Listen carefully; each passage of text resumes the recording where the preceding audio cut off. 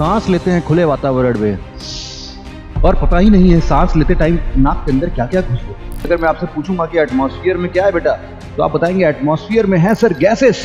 मैं बताता हूँ सर गैसेस लिख लो सर, लिख के ले लो। मैं कहूंगा भैया सही है बात। मुन्ना जसवाती बताओ जरा गैसेस के अलावा क्या है। अब तुम समुद्र के पास जाओगे जहां पर गर्मी ज्यादा रहेगी, वहां पर वाटर वेपर ज्यादा मिलेगा। अब तुम पोलर रीजन रेगिस्तान में चले जाओ, भाई साहब पानी ही नहीं है, ह्यूमिडिटी मॉइस्चर कुछ नहीं मिलेगा, सूखा एकदम। पहले सबसे ज्यादा एटमॉस्फेयर में क्या मिल रहा है तुमको? नाइट्रोजन। फिर क्या मिल रहा है? ऑक्सीजन। फिर क्या मिल रहा है? तो ज्यादातर लोग ना बेटा इसके बाद तुरंत तपाक से बोल देते हैं कार्बन डाइऑक्साइड, और वहीं पर बेटा ऐसे उनका बाल ऐसे करके एक बहुत गर्म। भाई सन तो बड़ा ही गर्म है। सन का जो आउटर सरफेस है हम तो बोलते हैं वो मिलियन डिग्री सेल्सियस है। सन का सरफेस जो हम आंखों से देखते रहते हैं और देखते हैं कि अच्छा सन पीला पीला चमकता है, लेकिन आंखों में आंसू आ जाते हैं हमारे। कार को धूप में खड़ा कर दो बेटा, धूप से वही शीशे से ट्रेवल करते रहते शॉर्ट वेव अंदर जाएगा, कार की सीट की गद्दियों को गर्म करेगा, और गद्दियां गर्म हो गई तब वो भी हीट एमिट करेंगी। जब वो हीट एमिट करेंगी तो शीशा बोलेगा ओ भैया लॉन्ग वेव कहां। Hello everyone, welcome to PW only IAS. एक बार फिर से स्वागत है आप सभी का हमारे प्यारे प्रारंभ यूट्यूब चैनल पर। और ये पीडब्ल्यू ओनली आईएएस प्रारंभ चैनल आपके लिए कुछ तो बड़ा ही मजेदार प्लान कर रहा है हिंदी मीडियम वालों के लिए स्पेशली। जो मैं भी देखता था अपने वीडियोस में, बहुत बार वो कमेंट करते थे कि हिंदी मीडियम के लिए कुछ भी नहीं आ रहा है, बट आप सबको पता चलने वाला है बहुत ही जल्द। तो हम क्या करने वाले हैं वो सब पता चल जाएगा। फिलहाल आप सभी का स्वागत है हमारे एनसीईआरटी बैच में। भाई साहब बहुत बहुत तालियां, क्या बात है। तो यहाँ पर अब हम लोगों ने अपने 5 बड़े चैप्टर्स कंप्लीट कर लिए हैं, and I am really very sorry कि मैं पिछले 2 लेक्चर्स में ना आपको मैं लिख के नहीं पढ़ा पा रहा था। वो मेरी मजबूरी थी ऐसा करना। एक्चुअल में इतना ज्यादा कंटेंट अगर मैं लिख के पढ़ाने लगता तो मुझे लगा कि कहीं आपका बहुत ज्यादा टाइम ना लॉस हो जाए। उसमें मुझे हो सकता था 4 से 5 घंटे की क्लासेस देने पड़ते। तो एनी हाउ मैं उसके लिए आपको सॉल्यूशन बता देता हूँ यार। सॉल्यूशन भी है अपने पास, अभी थोड़ी देर बाद मैं आपको वो सॉल्यूशन बता दूंगा कि आपको अगर वैसी वाली क्लासेस कभी देखनी हो तो आप कहाँ पर जा सकते हैं। फिलहाल मैं आज जो एक चैप्टर करने आपके साथ आया हूँ, ये चैप्टर तो यार बड़ा ही इंटरेस्टिंग सा है। मैंने लास्ट लेक्चर में भी हिंट दे दिया था कि हम इसमें अपने कॉम्पोजिशन की बात करेंगे। किसकी? एटमॉस्फेयर की। सांस लेते हैं खुले वातावरण में और पता ही नहीं है सांस लेते टाइम नाक के अंदर क्या क्या घुस गया, पता ही नहीं है। और अगर घुस रहा है तो सांस लेने तक कहां कहां तक ये ऐसे नाक के अंदर घुसता रहेगा, हमें पता ही नहीं चल पा रहा है कुछ। अगर हम इक्वेटर पर खड़े हैं तो क्या चेंजेस हैं, पोल पर चले गए तब कैसा हो गया, बड़ा चेंज हो जाएगा भैया। बादल हम लोग बनते हुए देखते तो हैं, लेकिन बादल बनता कहां पर है। ऐसी बड़ी सारी चीजें हैं जो कि हम लोग को पता ही नहीं होती। अगर मैं आपसे पूछूंगा कि एटमॉस्फेयर में क्या है बेटा, तो आप बताएंगे एटमॉस्फेयर में है सर गैसेस। मैं बताता हूं सर गैसेस लिख लो सर, लिख के ले लो। मैं कहूंगा भैया सही है बात। मुन्ना जसवाती बताओ जरा गैसेस के अलावा क्या है। तुम बोले गैसेस के अलावा कुछ नहीं है सर, कहीं कुछ दिख नहीं रहा है, मतलब हवा ही हवा है। अरे नहीं मेरे मुन्ना, क्या है अभी इसमें देखेंगे हम लोग। सॉलिड भी होता है, लिक्विड भी होता है, गैस भी होता है, सब है हमारे एटमॉस्फेयर में। आप बोलोगे अच्छा हम समझ गए, आप बोल रहे हैं कि वो पहाड़ वहाड़ है वो भी एटमॉस्फेयर। अरे नहीं रे पगले, जो ऊपर पूरा एटमॉस्फेयर दिख रहा है ना तुमको, ये अपने इर्द गिर्द भाई, इसी में सॉलिड लिक्विड गैस सब होते हैं। अब ये कैसे हैं क्या है समझेंगे आज के इस लेक्चर में। हम लोग बड़े मजेदार तरीके से समझने वाले हैं composition and structure of atmosphere. Composition and structure of atmosphere के बाद हम लोग इसमें एटमॉस्फेयर की कुछ बातें करेंगे, कॉम्पोजिशन एटमॉस्फेयर की देखेंगे, और एटमॉस्फेयर के लेयर्स की बात करेंगे। ये आखिरी वाला पार्ट सबसे ज्यादा इंटरेस्टिंग है। ठीक है, फिर बिना देरी के अगर हमें शुरू करना पड़े तो हम सबसे पहले तो बेटा यही डिफाइन करने की कोशिश करेंगे कि सर सबसे पहले तो अपना डाउट जो अभी आपने हमारे मन में छोड़ दिया उसको आप पहले बता ही डालो। बता ही डालो सर, अब रोको मत सर, बता दो बस किसी तरीके से। हमने बोला ठीक है भाई, ये देखो भाई क्या है हमारे पास में एटमॉस्फेयर। और अगर इस एटमॉस्फेयर को अगर हम लोग अपने बेसिक डेफिनेशन के साथ में देखें तो सबसे पहले हमारी जो अर्थ माता है ना, उनको भैया ठंडी वंडी लग रही थी बहुत ज्यादा। तो ठंडी लगने की वजह से जो भी क्रिएटर हैं इस यूनिवर्स के, उन्होंने कहा अरे ठंडी लग रही है, ये लो बेटा, हाँ ये दो चादर ले लो, चादर ओढ़ो बकायदा, चादर ओढ़ो ठंडी नहीं लगेगी। अब भाई साहब वो चादर इतना ज्यादा गर्म कर दे रहा है आजकल के टाइम पर, और उसमें इंसान भी कम थोड़ी ना, खुरापाती वो भी है। वो भी नया नया कार्बन कार्बन कार्बन डाइऑक्साइड सब इमिट इमिट इमिट करके वो क्या कर रहा है, एक इन्वेलप बना दे रहा है। और ये जो इन्वेलप है, या फिर हम यूं बोल दें एक ब्लैंकेट है, इसको हम लोग क्या बोलते हैं? इसको हम लोग बोलते हैं अपना एटमॉस्फेयर। अर्थ के चारों तरफ, मतलब कि हम लोगों ने अगर बेटा इस तरीके से, मैं अगर तुम्हें एक छोटा सा सिंबॉलिक रिप्रेजेंटेशन दे दूं कि मान लेते हैं कि अगर हमारे पास में, कहाँ गया भैया अपना गोला, मान लेते हैं कि ई है हमारा गोला, है ना।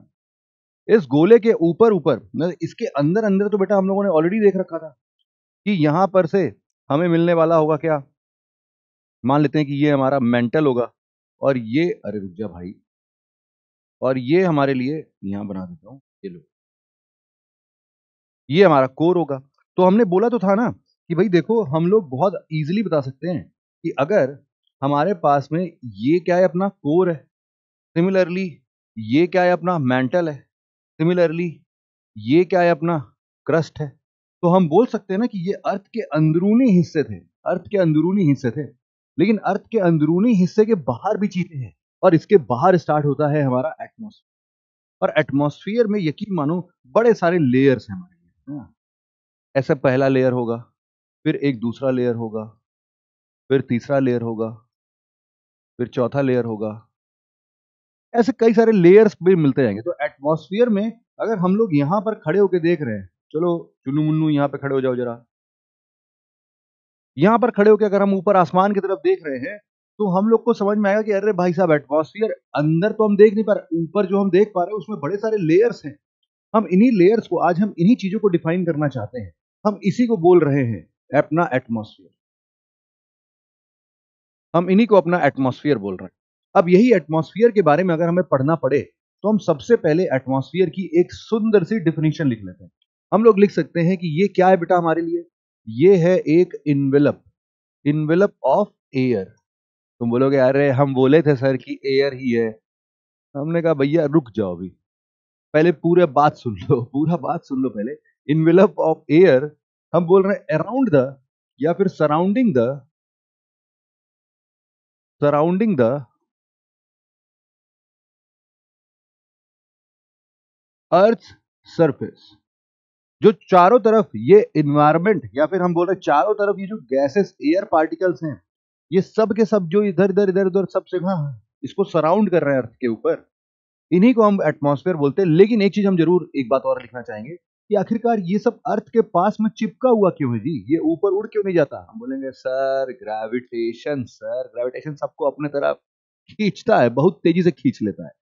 तो ग्रेविटेशन जो है, हम बोल रहे हैं कि भैया अर्थ सरफेस के चारों तरफ क्यों लपटे हुए हैं, हम बोल रहे हैं due to gravitational force of earth, due to gravitational force of earth.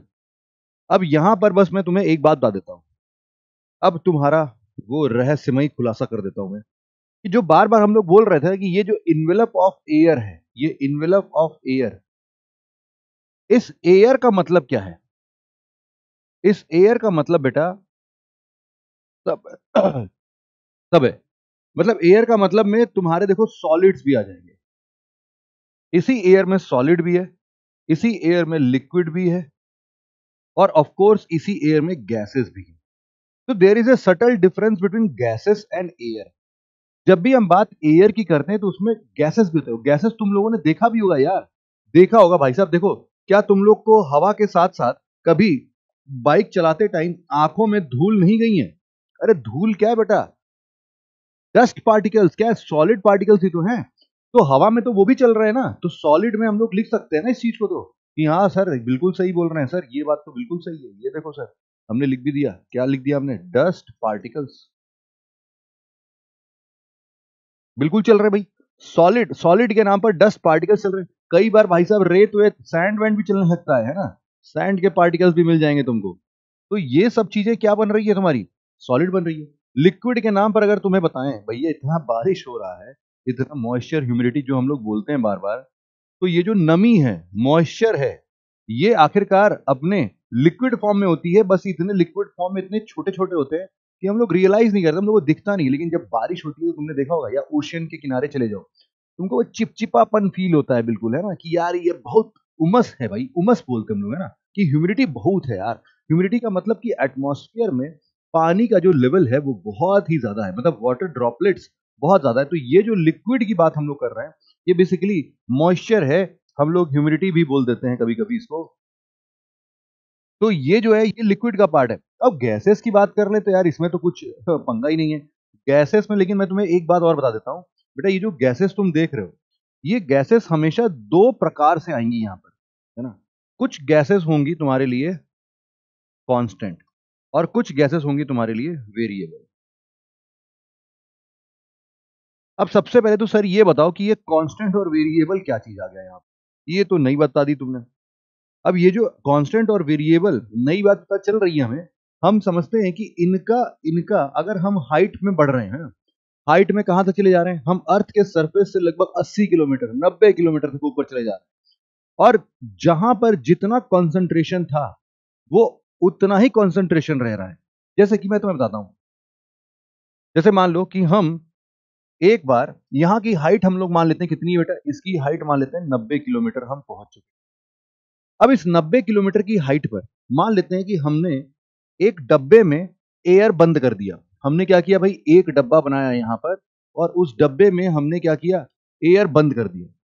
और फिर एक डब्बा सेम टू सेम यहां पर भी बनाया हमने हमने यहां पर भी डब्बा बना के यहां पर भी उसको बंद कर दिया। तो हर अलग अलग जगहों पर हम सेम डब्बे में हवा भर दे रहे हैं और उस हवा में परीक्षण कर रहे हैं। अच्छा बताओ बेटा, बताओ बताओ क्या मिल रहा है। अगर हमें पता चला कि परसेंटेज ऑफ कुछ गैसेस इसके अंदर, हम बोल रहे हैं कि जो कुछ गैसेस के परसेंटेज हैं अगर वो सेम निकलते हैं यहां पर भी और यहां पर भी, परसेंटेज क्या निकल रहे हैं, सेम निकल रहे हैं। जैसे कि हम जब यहां पर इस डब्बे में ढक्कन में इस डब्बे में सब एयर को बंद कर दिए और फिर मेजर किए कि इस डब्बे के अंदर क्या क्या है, तो हमको पता चला कि बेटा इसमें 21% के आसपास, 21% के आसपास क्या है, ऑक्सीजन है। अब यही चीज जब हम लोग ऊपर गए तो ऊपर भी हम लोग को क्या पता चला कि वही 21% के आसपास हमारा ऑक्सीजन यहां पर भी मिल रहा है। तो इसका मतलब है कि ऑक्सीजन कंसंट्रेशन चेंज ही नहीं हुआ भाई साहब, ये कांस्टेंट है। हाँ कांस्टेंट। तो हम लोग यही बात बोलते हैं कि देखो ऐसे कई सारे गैसेस होते हैं जिनका नेचर हमारा कांस्टेंट होता है, जैसे कि आपका नाइट्रोजन, ऑक्सीजन, ये सारी चीजें कांस्टेंट रूप से हमारे साथ में चल रही हैं। तो यहां पर हम बोलते हैं कांस्टेंट का मतलब क्या है भाई साहब, कि their concentration do not varies with position. Their, यहां पर ऐसे लिख देना आप लोग कि इनका कंसंट्रेशन, देयर कंसंट्रेशन,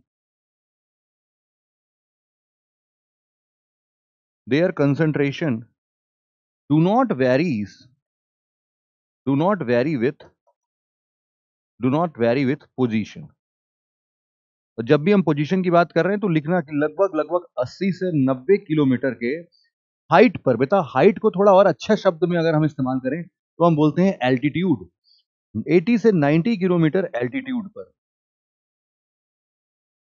तो ये हमें पता चला अच्छा कांस्टेंट है। अच्छा सर कांस्टेंट है, ठीक है, जरा आप इसमें एग्जांपल एग्जांपल दे दीजिए, मजा ही आ जाए सर फिर तो। हमने कहा लो बेटा एग्जांपल ले लो यार, ये देखो एग्जांपल क्या बात कर रहे हो। मैंने बताया तुमको जैसे नाइट्रोजन है, जैसे कि ऑक्सीजन है, जैसे कि आर्गन है, ये सारे गैसेस क्या हैं। तुम 80-90 किलोमीटर की हाइट पर कहीं पर भी चले जाओ, ऊपर नीचे कहीं से भी कर लो, एक डब्बे में हवा बंद करके देखोगे तो हर बार तुमको उतना ही परसेंटेज मिलेगा। इसी को हम लोग क्या बोल रहे हैं, कांस्टेंट गैसेस बोल रहे हैं, कांस्टेंट गैसेस। लेकिन सारे गैसेस ऐसे नहीं होते भाई, कुछ हमारे पास में वेरिएबल हो भी होते हैं। तो हम यहां पर भी लिख सकते हैं, हम बोल सकते हैं कि their concentration varies with position. हम अलग अलग जगह पर जाएंगे, अलग अलग जगहों पर इनका अलग अलग हिसाब से इनका हमें कंसंट्रेशन देखने को मिलेगा। अब ये क्या हो सकता है, हमने बोला कि सर देखो बड़ा ही सिंपल सा है, अगर आप एग्जाम्पल देखना चाहते हो तो आप सबसे ज्यादा वाटर वेपर देख लो।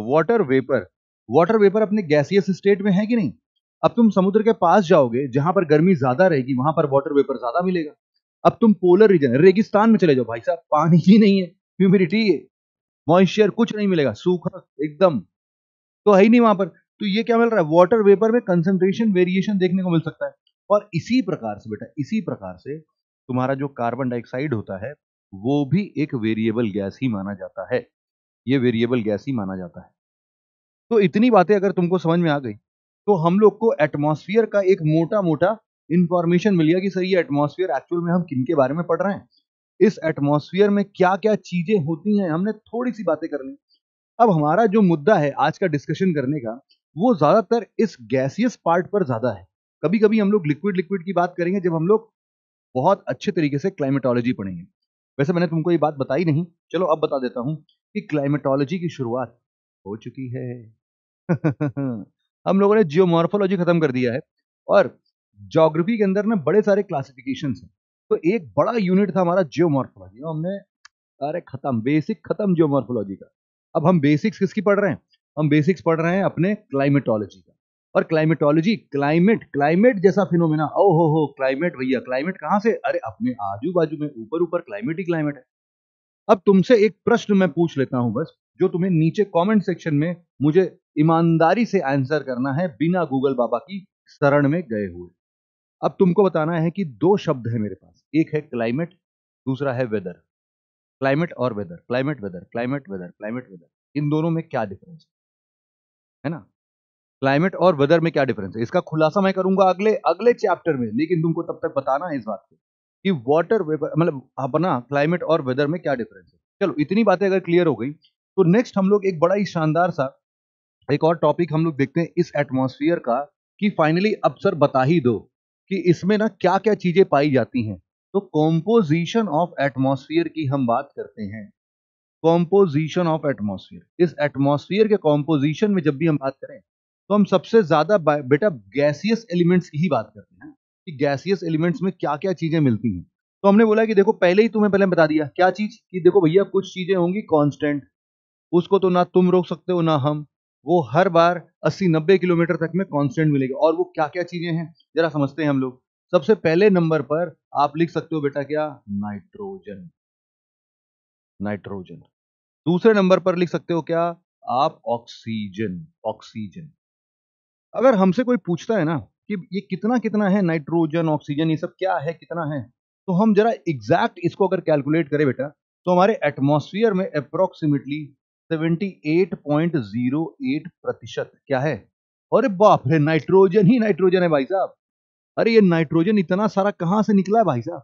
हमने बोला कि देखो नाइट्रोजन निकला है बेटा तुम्हारा, याद है लास्ट लेक्चर में हम लोगों ने इवोल्यूशन ऑफ एटमॉस्फेयर भी पढ़ा था एक बार, उसमें मैंने तुम्हें बताया था डी गैसिंग के बारे में, डी गैसिंग, है ना? एटमॉस्फेयर कौन सा नीचे कमेंट सेक्शन में बताना जरा, कौन सा वो पीरियड का क्या नाम था? डब्बा गुल, बत्ती गुल, क्या हो गया, भूल गए क्या? हिम्मत है तो लिख के बताओ, है ना? यहाँ नीचे नीचे बताओ कौन से वाले पे बात हो रही है, कहां पर लिखा था हमने डी गैसिंग, कौन सा वाला स्टेज था वो, है ना? 3-4 स्टेज की बात हुई थी एटमॉस्फेयर के इवोल्यूशन की, उसमें से कौन सा वाला स्टेज, नाम क्या था उसका? बड़ा ही कठिन नाम था भैया। तो 78.08%। ऑक्सीजन की बात करते हैं तो ये हमें मिलता है 20.95%। इसके बाद अगर मैं तुमसे पूछूं कि बेटा बताओ पहले सबसे ज्यादा एटमॉस्फेयर में क्या मिल रहा है तुमको? नाइट्रोजन। फिर क्या मिल रहा है? ऑक्सीजन। फिर क्या मिल रहा है? तो ज्यादातर लोग ना बेटा इसके बाद मुंह खोलते ही तुरंत तपाक से बोल देते हैं कार्बन डाइऑक्साइड, और वहीं पर बेटा ऐसे उनका बाल ऐसे करके एक झाटा। बोले थे ना कि गलती नहीं आंसर देना है, उछल उछल के तुमने कार्बन डाइऑक्साइड बोल दिया, अभी क्या होगा तुम्हारा? अभी गड़बड़ हो गया भाई साहब, क्योंकि तीसरे नंबर पर बेटा कार्बन डाइऑक्साइड नहीं आता है, क्या आता है? आर्गन आता है। आर्गन, आर्गन क्या है? आर्गन एक इनर्ट गैस है, ये किसी के साथ रिएक्ट विएक्ट नहीं करता है। अगर तुम इसमें परसेंटेज की बात करोगे तो ये आ जाता है 0.93%। बस। अब तुम जरा एक ना मैथ, बेटा एडिशन आता है तुमको, मैथ्स का एडिशन, हाँ हाँ एडिशन सब्ट्रैक्शन, जरा इनको जोड़ो फटाफट से। हमने देखा परसेंटेज, परसेंटेज, अरे परसेंटेज तो है ही है, ये 8 और 8 कितना हो गया? 16। फिर बाकी क्या है? 9 9 18, एक 19, एक अभी बढ़ गया इसमें, 8 1 9, 7 2 9। आई बाप रे बाप, 99.96% ऑफ द एटमॉस्फेरिक कॉम्पोजिशन में तो यही तीन गैसेस भरे हैं भाई साहब। तुम अगर आर्गन निकाल दो तो तुम ये भी बोल सकते हो कि 99% तो सिर्फ नाइट्रोजन ऑक्सीजन है, बाकी का 1% में पूरा गैस ही समा गया है, तुम्हारा water vapour, carbon dioxide, helium, neon, hydrogen जो भी तुम्हें मिल रहा है एटमॉस्फेयर, सब कितना है भाई साहब, सिर्फ 0.4% में सब संभला हुआ है, 0.4 नहीं 0.04% में, है ना। तो अगर हम इसी के साथ साथ कुछ ये भी बात कर लेते हैं कि अच्छा सर ये तो आपने कांस्टेंट बताया, जरा वेरिएबल का भी तो जिक्र कर दीजिए। तो वेरिएबल के नाम पर सबसे इंपॉर्टेंट जो गैस है बेटा हमारे पास में, उसको हम लोग बोलते हैं क्या, उसको हम लोग बोलते हैं कार्बन डाइऑक्साइड। सबसे इंपॉर्टेंट, सबसे ज्यादा इंपॉर्टेंट, पहले नंबर पर मैं वही लिखूंगा, कार्बन डाइऑक्साइड। ये क्या है, CO2। कार्बन डाइऑक्साइड कितना परसेंट है भाई, हमारे अर्थ पर कितना परसेंट है कार्बन डाइऑक्साइड? हमने बोला कि बड़ा मामूली सा है, 0.036% है। क्या है भैया, कार्बन डाइऑक्साइड 0.036% है। हाँ, अब तुम अगर इसको कैलकुलेट करोगे तो कहां पहुंच गए पता है तुम्हें, 99.996% पर पहुंच चुके हो। तो अब तुम्हारे पास कितना बचा है, 0.004% बस बचा है। तो बाकी सारी चीजें कितने में है, 0.004% में तुम्हें बस मिलेगी। अब तुम इसमें अब तुम इसमें क्या कर सकते हो, बता देता हूं मैं। जैसे इसके बाद तुम लिख सकते हो नियॉन, तुम इसके बाद लिख सकते हो हीलियम, तुम इसके बाद लिख सकते हो जेनन, इसके बाद तुम लिख सकते हो वाटर वेपर।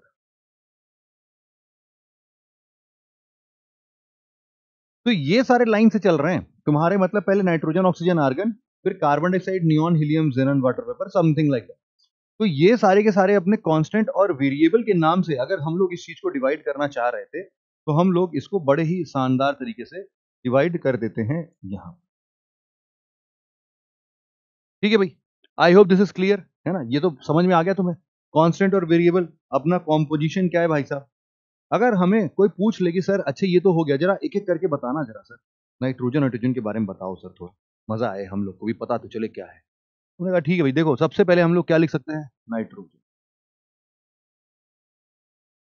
जरा नाइट्रोजन की प्रवृत्ति के बारे में समझते हैं, प्रवृत्ति कैसी है इसकी, कैसा नेचर है इसका। हमने बोला यार नाइट्रोजन जो है एक कलरलेस, ऑर्डरलेस और टेस्टलेस गैस है, इसका कुछ भी ऐसा कुछ नहीं है, क्या बोला मैंने, कलरलेस है, ऑर्डरलेस एंड टेस्टलेस गैस। हाँ भाई, कोई कुछ नहीं पता, चल ही नहीं पाएगा पता है इसका। लेकिन एक बात बता दूं, नाइट्रोजन का एक बहुत ज्यादा इंपॉर्टेंट रोल है बेटा। मतलब समझ लो अगर ये नाइट्रोजन ना हो ना, तो हम सब जिंदा नहीं रह पाएंगे। हाँ, क्यों पता है क्यों, क्योंकि नाइट्रोजन जो होते हैं ये प्लांट्स के ग्रोथ के लिए बहुत ज्यादा इंपॉर्टेंट है, और प्लांट्स के बिना बेटा इस अर्थ पर लाइफ नहीं है, ये मान के चलना। क्योंकि जिस हिसाब से हम लोग रेस्पिरेशन करते हैं, प्लांट्स वगैरह क्या करते हैं, फोटोसिंथेसिस करते हैं। और जो इस एटमॉस्फेयर में पूरा ऑक्सीजन कार्बन डाइऑक्साइड का लेन देन चल रहा है ना, वो सब के सब किसके लिए रेस्पॉन्सिबल है भाई साहब, ये फोटोसिंथेसिस। और सबसे बड़ी बात क्या है, ये नाइट्रोजन की मदद से जब फोटोसिंथेसिस होता है बेटा, तो प्लांट्स ग्रो करते हैं। प्लांट्स ग्रो करते हैं तो बेटा प्लांट्स खाना बनाते हैं अपना, वो ही खाना जो वो बनाते हैं उनसे खाना छीन छीन के हम लोग खा लेते हैं। हाँ हाँ, सब्जी वब्जी क्या है बेटा, सब्जी हरी सब्जियां खा रहे हो तुम, फल खा रहे हो, ये सब क्या है, पेड़ों ने खाना बनाया है, पेड़ पौधों ने खाना बनाया है, हमने छीन लिया उनसे खाना, फिर हम खा रहे हैं। तो अगर हमें मिले ही ना तो भाई साहब हम खा ही ना पाए, है ना। तो इसीलिए हम क्या बोल रहे हैं, इंपॉर्टेंट फॉर प्लांट्स ग्रोथ है ना, important for, it is very important, very important for, very important for plants growth. क्योंकि प्लांट्स ग्रोथ, इसका मतलब क्या है, प्लांट्स ग्रोथ में ये बेसिकली जो प्रोटीन बनता है ना प्लांट के अंदर में, वो यही तो बनाते हैं। मतलब नाइट्रोजन के प्रेजेंस में ही प्रोटीन सिंथेसिस होता है प्लांट्स के अंदर में, और यही प्रोटीन का हम लोग सेवन करते हैं, तो हमारे शरीर में भी कुछ प्रोटीन की मात्राएं पूरी होती हैं, और इन सबके पीछे क्या है भाई साहब, नाइट्रोजन है। अब तुम देखना, नाइट्रोजन का इस्तेमाल एक और बहुत शानदार तरीके से किया जाता है, इसको हम लोग यूज करते हैं, यूज्ड एज अ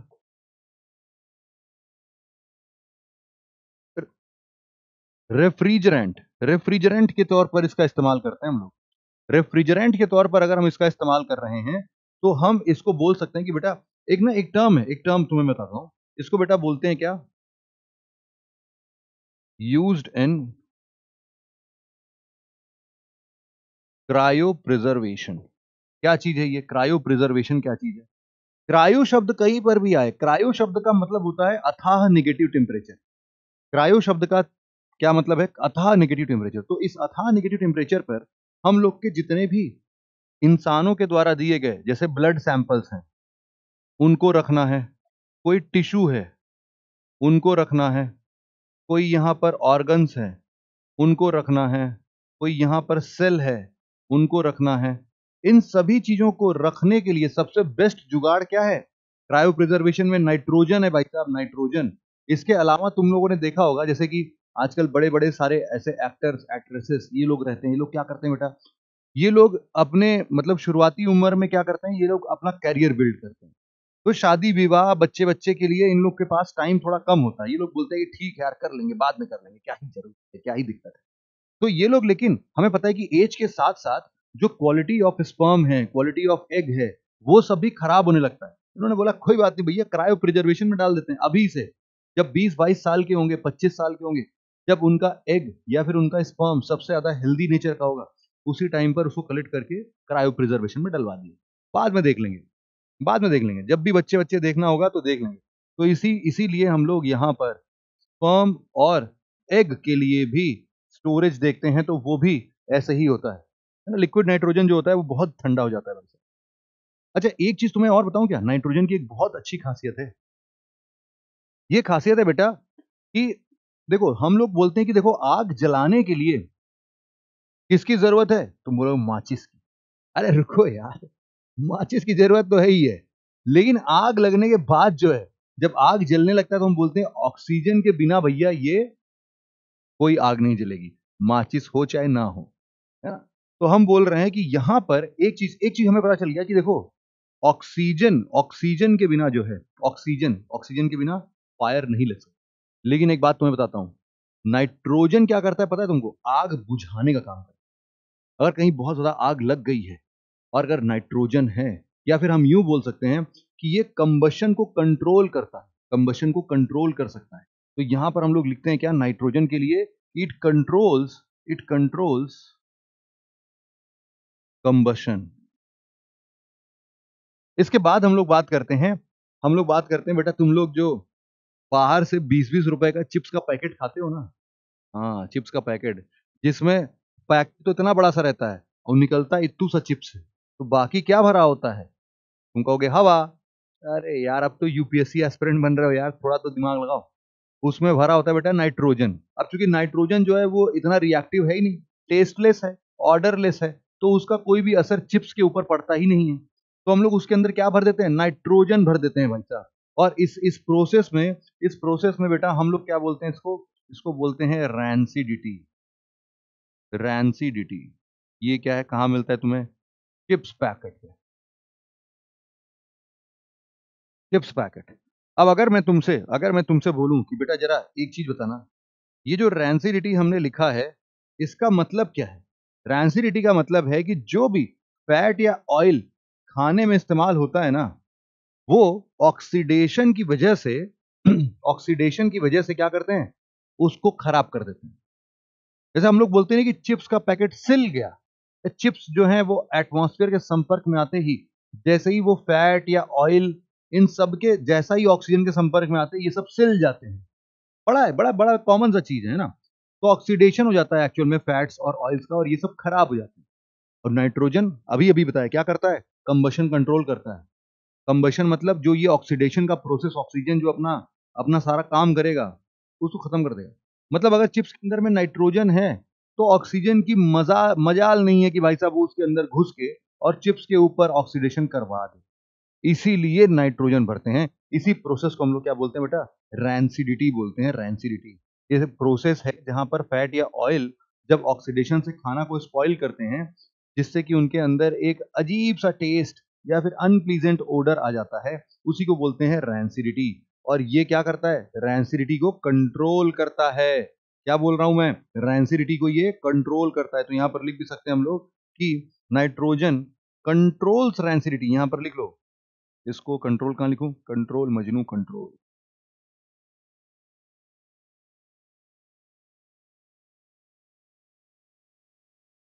हाँ, हम लोग इसको लिख देते हैं क्या, कंट्रोल्स रैंसिडिटी।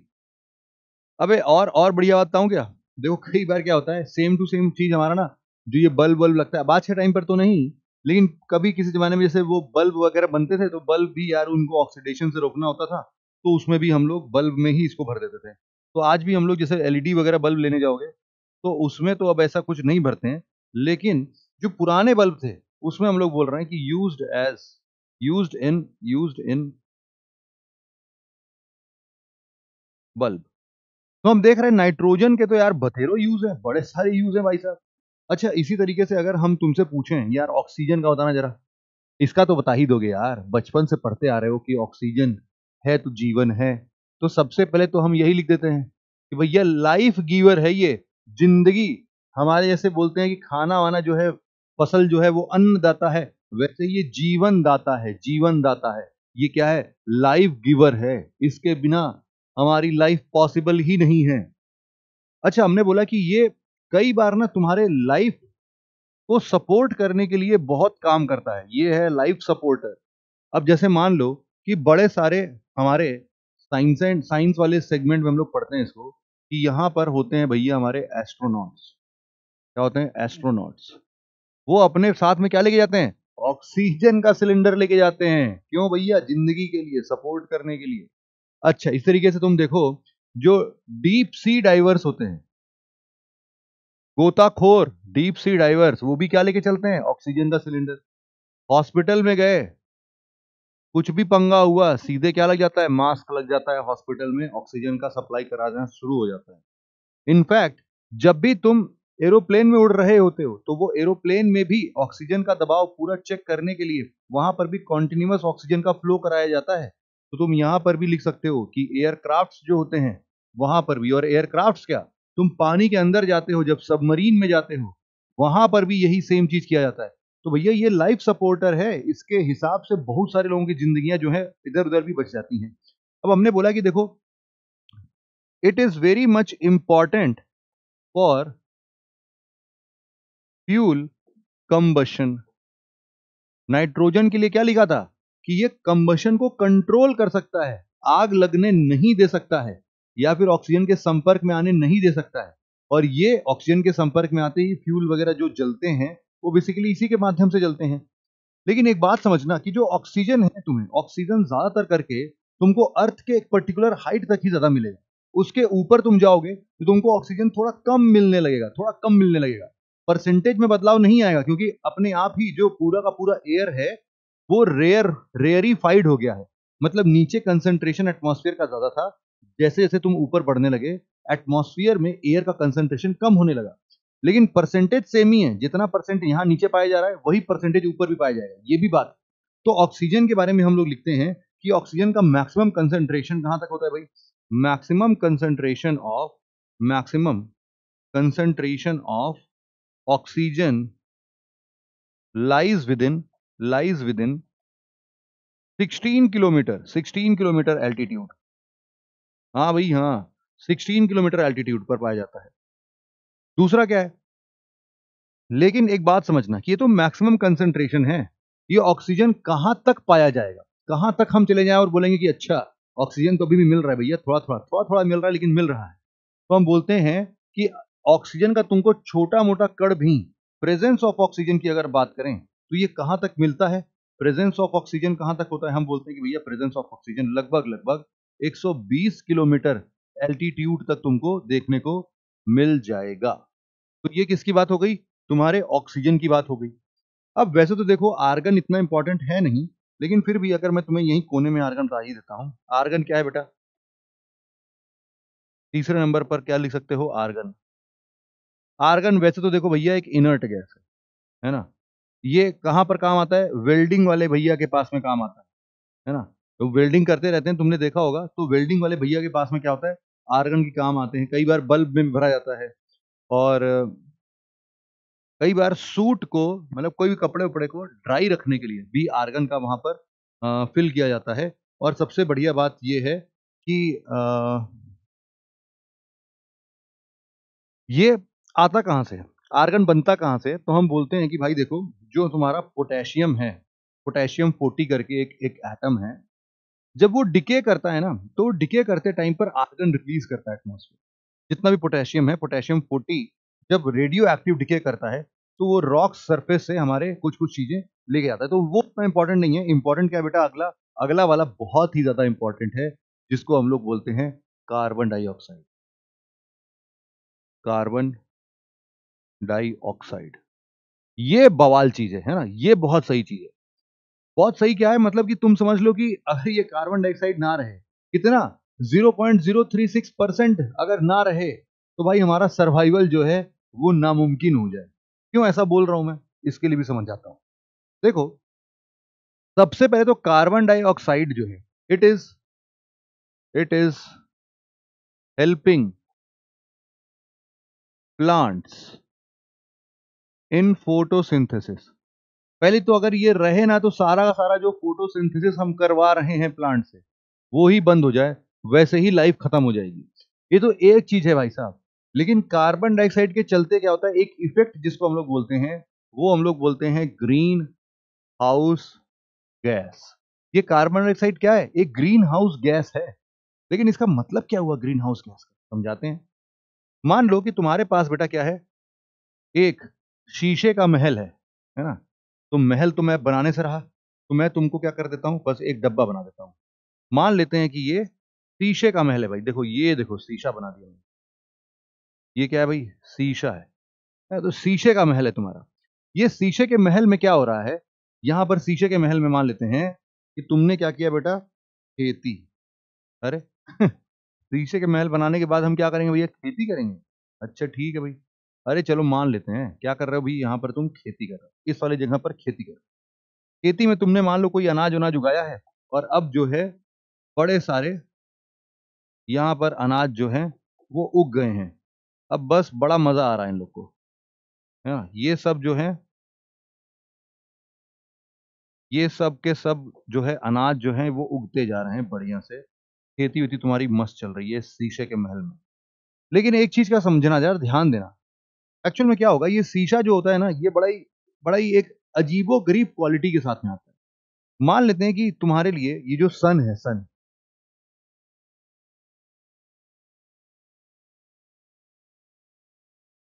ये जो सन है, इस सन से रेडिएशंस आते हैं ना। ये सन से क्या आता है भाई, ये सन से आता है बेटा तुम्हारा रेडिएशन। तो मान लेते हैं कि ये जो है सन से रेडिएशंस आ रहा है, और वो इन सब चीजों पर पड़ भी रहा है ना, बिल्कुल सही बात है। तो सन से जब रेडिएशन आता है, तो ये शीशे के बेटा आर पार हो जाता है, मतलब शीशे के अंदर घुस जा रहा है।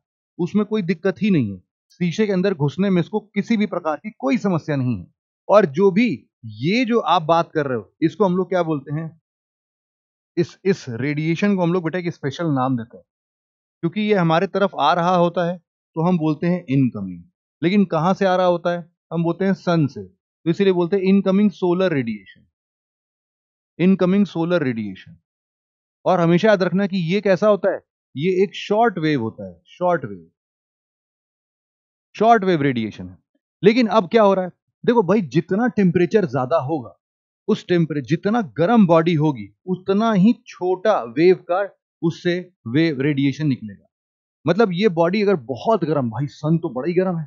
सन का जो आउटर सरफेस है, हम तो बोलते हैं वो मिलियन डिग्री सेल्सियस है। सन का सरफेस जो हम आंखों से देखते रहते हैं और देखते हैं कि अच्छा सन पीला पीला चमकता है, लेकिन आंखों में आंसू आ जाते हैं हमारे। वो ये क्या देख लिया, क्या देख लिया, ओहो।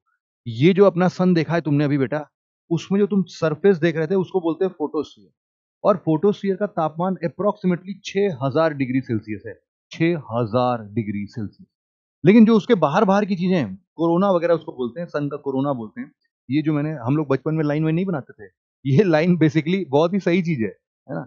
इस लाइन का टेम्परेचर जो है वो क्या है बेटा, लगभग लगभग मिलियन डिग्री सेल्सियस है। और मिलियन डिग्री सेल्सियस से जब तापमान नीचे तक पहुंचता है, तो वहां से ये शॉर्ट वेव निकलता है। अब इससे हुआ क्या, जमीन पर आ रहा है भाई साहब, जमीन पर आ रहा है। कोई बात नहीं, जमीन जो है कुछ दिनों कुछ टाइम के बाद क्या होगा, ये जो जमीन है, ये भी भाई साहब थोड़ा गर्म हो जाएगा। तुम्हारा जो शीश महल है, शीश महल का भाई साहब सरफेस जो है वो भी गर्म होने लगा, है ना। अब जब ये भी गर्म होने लगेगा, सरफेस पूरा गर्म हो गया भाई साहब, तो अब ये भी तो हीट एमिट करेगा। हमने यही तो बोला कि कोई भी गर्म बॉडी होगी वो हीट एमिट करेगी। और जब ये हीट एमिट करता है, इसको सोखने के बाद जब ये हीट एमिट करता है बेटा, तो इसका टेम्परेचर सूरज बराबर तो होगा नहीं। सूरज बराबर जब नहीं होगा तो यहां से रिफ्लेक्ट होने वाली जो रेज होंगी वो होंगी लॉन्ग वेव, और ये जैसे ही इस शीशे से बाहर निकलने की कोशिश करेगा, शीशा भूलेगा, हो तक तक ये बोल रहा है अरे शीशा बाहर, अरे बाहर जाना है, लॉन्ग वेव, यस। शीशा बोलेगा ओह भैया अपन शीशा है, शीशा सिर्फ शॉर्ट वेव को अंदर जाने देता है बाबा, ऊपर लॉन्ग वेव बना दिया भाई तुमने, तुमको नहीं मिलेगा बाहर जाने का मौका। तो अब क्या होगा, सारा का सारा बेटा हीट जो है ये यहीं से रिफ्लेक्ट होके ये अंदर ही चला जाएगा, इस शीशे के अंदर घुस जा रहा है भाई साहब ये। अब तुम समझ सकते हो कि अगर ये शीशे के अंदर घुस जा रहा है, जैसे कि इसका हम ऐसा कुछ कर देते हैं,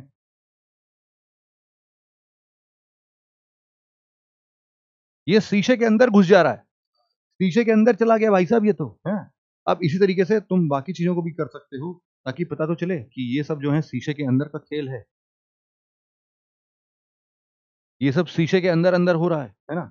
अब शीशे के अंदर अंदर ये होने वाली चीजें क्या हो रही है, अंदर ही अंदर भाई साहब। अब क्या होगा तुमको भी समझ में आ रहा है, अब भैया यहाँ पर हीट डेवलप होने लगेगा, है ना, हीट डेवलप होने लगेगा, खतरनाक, पूरा का पूरा चैम्बर जो है गर्म हो जाएगा। इसको हम लोग क्या बोलते हैं बेटा, इसको हम लोग बोलते हैं green house effect. Green house effect बड़े आसानी से तुमको ये चीज दिख भी सकता है। तुम लोग कभी भी किसी भी कार देख रहे होगे, कार को धूप में खड़ा कर दो बेटा, धूप से वही शीशे से ट्रेवल करते रहते शॉर्ट वेव अंदर जाएगा, कार की सीट की गद्दियों को गर्म करेगा, और गद्दियां गर्म हो गई तब वो भी हीट एमिट करेंगी, जब वो हीट एमिट करेंगी तो शीशा बोलेगा ओ भैया लॉन्ग वेव कहाँ हम सिर्फ शॉर्ट वेव को आर पार होने देते हैं बेटा, so sorry for that but you cannot escape. अब भाई साहब जब हम लोग कार का दरवाजा खोलते हैं, धड़ाम, अरे बाप रे, ब्लास्ट जैसा फील होता है कि यार अंदर का टेम्परेचर बाहर के टेम्परेचर से कितना अंतर है। क्यों? क्योंकि उस कार के अंदर भी यही ग्रीन हाउस इफेक्ट चल रहा है, यही ग्रीन हाउस इफेक्ट चल रहा है। तो जो बाहर निकल रहा है, जो बाहर निकल रहा है, हम उसको क्या बोलते हैं, हम इसको बोलते हैं, सॉरी पिंक कलर से ही लिखता हूं, हम लोग इसको क्या बोलते हैं, इस वेव को क्या बोलते हैं, इसको बोलते हैं हम लोग long wave, long wave infrared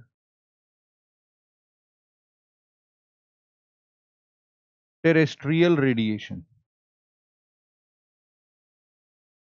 long wave infrared terrestrial radiation, है ना। तो इस तरीके से चल रही है भाई साहब ये ग्रीन हाउस। अब तुमने जो ये पूरा फिनोमेना देखा बेटा, जो काम ये शीशा करता है वही सेम टू सेम काम, वही सेम टू सेम काम बेटा हमारे अर्थ के ऊपर कौन कर रहा है, अर्थ के ऊपर कौन कर रहा है, अरे भैया यही कार्बन डाइऑक्साइड। हम मानते हैं कि ये जो एक कार्बन डाइऑक्साइड का लेयर है वो भी ऐसा ही करता है, कि यहां से तुम क्या कर सकते हो कि शॉर्ट वेव जो सन से आ रही है वो तो आ जाएगी, लेकिन गर्म होने के बाद अगर ये ऐसे लंबे वेव छोड़ रही है, भैया वापस आ जाओ, जाने नहीं देगा ये। तो ये क्या है हमारे लिए, कार्बन डाइऑक्साइड क्या करता है, कार्बन डाइऑक्साइड एक ग्रीन हाउस गैस है जो कि लॉन्ग वेव टेरेस्ट्रियल रेडिएशन को एस्केप नहीं करने देता है, and it acts like a glass. ये हमेशा एक ग्लास के जैसे बिहेव करता है। जैसे वहां पर देखा ना तुमने ये ग्रीन हाउस इफेक्ट, वही ग्रीन हाउस इफेक्ट हमारे अर्थ पर भी हो रहा है, अर्थ पर भी हो रहा है। अब तुमको समझ में आ गया कि अगर यहाँ पर कोई हमारे सूरज चाचू रहे होंगे और सूरज चाचू से ऐसे शॉर्ट वेव रेडिएशन आ रहा होगा, और फिर हीट क्या हो रही, हीट यहाँ पर अर्थ को भी गर्म कर दे रही है, अर्थ के गर्म होने से जो हीट निकल रही है वो लॉन्ग वेव है, और लॉन्ग वेव कार्बन डाइऑक्साइड निकलने ही नहीं दे रहा है, इसी को हम लोग क्या बोलते हैं, ग्रीन हाउस गैसेस बोल देते हैं। अब समझ में आया। लेकिन अब इससे पता है क्या होता है, इससे एक बहुत शानदार बात होती है, ये हमारे ना अर्थ का टेम्परेचर मेंटेन करने के बहुत काम में आता है। क्योंकि देखो अगर कार्बन डाइऑक्साइड ना रहे, कार्बन डाइऑक्साइड ना रहे तो मान लेते हैं कि दिन में सूरज आएगा और सूरज आके टेम्परेचर गर्म करेगा, और रात के टाइम पर बेटा क्या होगा, ये कोई ट्रैपिंग मैकेनिज्म होगा ही नहीं, रात के टाइम पर सूरज की सारी रेस जो है ऊपर आसमान में स्पेस में फिर उड़ जाएंगी।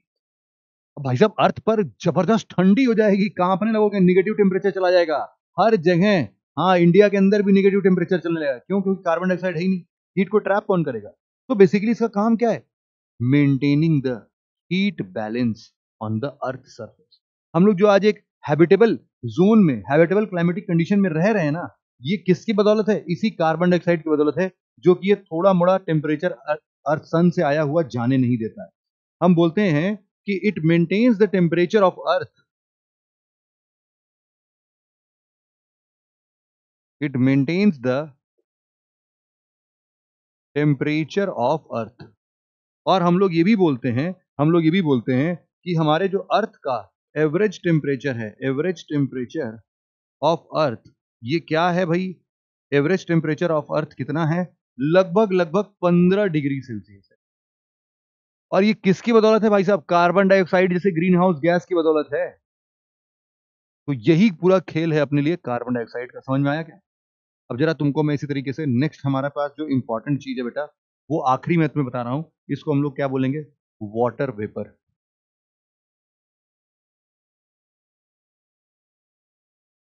वाटर वेपर ये क्या चीज है? वाटर वेपर क्या चीज? अरे यार, पानी, पानी का भाप यार, और क्या। गर्मी वर्मी पड़ती है, नदियों पर धूप धूप की किरणें पड़ती हैं, अब वहीं से वेपराइज हो जाता है यार पानी का ऊपरी सरफेस। वही क्या है हमारे लिए? वाटर वेपर है। वाटर वेपर हम लोग बोल रहे हैं कि यार देखो, क्या होता है कि कई बार वेरिएबल तो है ही है ना। तो हम लोग बोलते हैं कि ये इतना वेरिएबल है यार कि ये बेसिकली कई सारे जगहों पर अगर तुम जाओगे ना, तो तुमको 0.02 से भी कम मिलेगा, इतना परसेंटेज से भी कम मिलेगा। लेकिन कहीं पर तुम जा रहे हो तो हो सकता है तुमको अप टू 4% तक भी वाटर वेपर मिल जाए। हाँ, इतना वेरिएशन हो जाता है यार, इतना वेरिएशन। तो वेरिएशन जैसे कि तुम मान लो इक्वेटर के पास अमेजन के जंगलों में चले जाओ, जहां रोज बारिश होती है, और वो भी समुद्र के तट वाले इलाके में चले जाओ, भाई साहब तुमको 4% तक का वाटर वेपर मिल जाएगा वहां पर एटमॉस्फेयर में। हाँ हाँ, 4%, बहुत खतरनाक है भाई साहब। तो हम लोग बोल रहे हैं कि ये hot and wet tropical region में तुम्हें देखने को मिलेगा। कहां पर? हॉट और वेट ट्रॉपिकल रीजन। एग्जाम्पल लिख लेना तुम इसका, coastal region of, coastal region of Amazon, यहां मिल जाएगा तुमको 4% तक का भाई साहब। और हम जब बोल रहे हैं कि 0.02% कहां मिल रहा है तुमको, अरे यार ये तो तुम डिजर्ट चले जाओ, डिजर्ट है ना, डिजर्ट रीजन्स में चले जाओ। अब ये डिजर्ट दोनों हो सकता है, हॉट डिजर्ट भी हो सकता है, कोल्ड डिजर्ट भी हो सकता है। तुम बोलोगे अरे कोल्ड में भी डिजर्ट होता है क्या? अरे पगले, जो ऊपर तुम जाते हो, ये तुम्हारा लेह लद्दाख वाला जो रीजन है, वो क्या कोल्ड डिजर्ट ही तो है ना। वहां पर बारिश वारिश थोड़ी ना होती है, सूखा ठंड पड़ता है, बहुत ही खतरनाक। तो वेट और ड्राई दोनों जगह पर हम समझ सकते हैं। दूसरा हम लोग बोल रहे हैं कि इसी तरीके से तुम पोलर रीजन्स में चले जाओ। पोलर रीजन्स में, पोलर रीजन्स में भी तुमको बहुत ही सूखापन मिलेगा। हाँ, बर्फ जम रहे हैं वहां पर, ये नो डाउट बर्फ जम रहे हैं, लेकिन इन सब में तुम ये बोल सकते हो कि ये पूरा पूरा पोलर रीजन्स, और इन सब में 1% से भी कम तुमको क्या मिलेगा? वाटर वेपर मिलेगा। तो पानी बर्फ के फॉर्म में मिलेगा, लेकिन वाटर वेपर नहीं मिलेगा, है ना, ये बात हमेशा याद रखना। अच्छा, अब एक चीज यहां पर तुम्हारे लिए बहुत ही ज्यादा इंपॉर्टेंट है कि जो वाटर वेपर है, ये वाटर वेपर बेसिकली तुम्हारे लिए कुछ कुछ अलग अलग तरीके से काम करता है। हम बोलते हैं कि कहां पर पानी ज्यादा मिलेगा, या वाटर वेपर हम लोग को ज्यादातर करके कहां मिलता है। तो हम बोलते हैं देखो, अगर ये तुम्हारा गोला है, तो इसके इस गोले के मुश्किल से 5 किलोमीटर के ऊपर ऊपर रेडियस पर चले जाओ। इसमें सिर्फ कितना कितना बोल रहा हूं? 5 किलोमीटर में, 5 किलोमीटर रेडियस पर तुमको ज्यादातर वाटर वेपर यही मिलेगा। और तुम देखोगे कि जितना भी बादल बनता है, साइक्लोन्स आते हैं, ये जो भी चीजें हैं, वो यही 5 से 8 किलोमीटर, 9 किलोमीटर, 10 किलोमीटर की रेंज में हो जाता है। तो एवरेज तौर पर हमने बोला है कि 5 किलोमीटर का तुम एवरेज एवरेज निकाला है हमने, कहीं ज्यादा कहीं कम भी होगा, लेकिन ऑन एन एवरेज 5 किलोमीटर का एक हाइट है जहां तक तुमको मैक्सिमम वाटर वेपर मिलने के चांसेस। तो मैक्सिमम वाटर वेपर जो है, हम यहां पर लिख सकते हैं कि ये 5 किलोमीटर तक ही इसका maximum concentration of water vapour देखने को मिलेगा। इसके ऊपर ज्यादा नहीं मिलेगा, है ना, इसके ऊपर ज्यादा नहीं मिलेगा। तो ये एवरेज है, एवरेज एवरेज मैक्सिमम कंसंट्रेशन है ना। 5 किलोमीटर क्या है? ये एवरेज है। हाँ, ऐसा नहीं तुम बोलो कि अरे सर हमने देखा, हमने तो 6 किलोमीटर पर भी देखा, हमने 7 किलोमीटर पर भी देखा। अरे भैया, एवरेज बताया मैं तुम्हें। और यहां पर एवरेज की अगर मैं बात कर रहा हूं, तो कंसंट्रेशन, एक बात बताओ तुम, अच्छा, वाटर वेपर कंसंट्रेशन अगर मैं तुमसे ऐसे ही पूछ लेता हूं, कहां ज्यादा होगा? मतलब पोल्स पर ज्यादा होगा, या फिर तुम्हारे इक्वेटर पर ज्यादा होगा? तुम बोलोगे कि सर देखो, इक्वेटर पर तो सूरज जा रहा है, पानी उनी बढ़िया से एकदम वेपर बन के निकलेगा, तो इक्वेटर पर तो इसकी हाइट थोड़ी बढ़ जाएगी, पोल्स पर इसकी हाइट काफी कम रहेगी, है ना। पोल्स पर इसकी हाइट काफी कम रहेगी, लेकिन इक्वेटर इक्वेटर के पास अगर हम लोग चलते हैं, तो वहां पर तो सर आराम से हम बोल सकते हैं कि नहीं नहीं यहाँ तो सही मिलेगा सर। मतलब इक्वेटर पर हम भले बोल रहे हैं, इक्वेटर पर तो सूरज की धूप की किरणें खतरनाक तरीके से आ रही हैं, और इसीलिए यहाँ पर हम लोग को थोड़ा ज्यादा हिसाब किताब में देखने को मिलेगा कि वाटर वेपर थोड़ा ज्यादा है। ठीक है भाई, ये भी क्लियर हो गया थोड़ा अपना। अब यहाँ पर हाँ, नेक्स्ट हम लोग अब जो पढ़ने वाले हैं, नेक्स्ट हम लोग जो पढ़ रहे हैं उसमें हम लोग एक चीज समझते हैं। यस, हम लोग बोल रहे हैं कि वाटर वेपर जो भी यहां पर, अब देखो वैसे तो एक चीज और मैं तुम्हें बता देता हूं। जैसे मान लो कि हमारा जो अर्थ है, अर्थ के कुछ रीजन्स पर ना तुम ज्यादा डिजर्ट पाओगे। इन सभी रीजन्स पर, यहां पर और यहां पर तुम्हें ज्यादातर डिजर्ट्स मिलेंगे। मतलब पूरे अर्थ पर डिजर्ट नहीं मिल रहे हैं, लेकिन कहीं कहीं तुम्हें डिजर्ट जो है वो इसी रेंज में मिलेगा। तो जहां पर भी डिजर्ट मिलेगा बेटा, वहां पर एक्चुअल में तुम देखोगे तो तुम्हारा ये जो ग्राफ है, ग्राफ ये डिप हो जाएगा।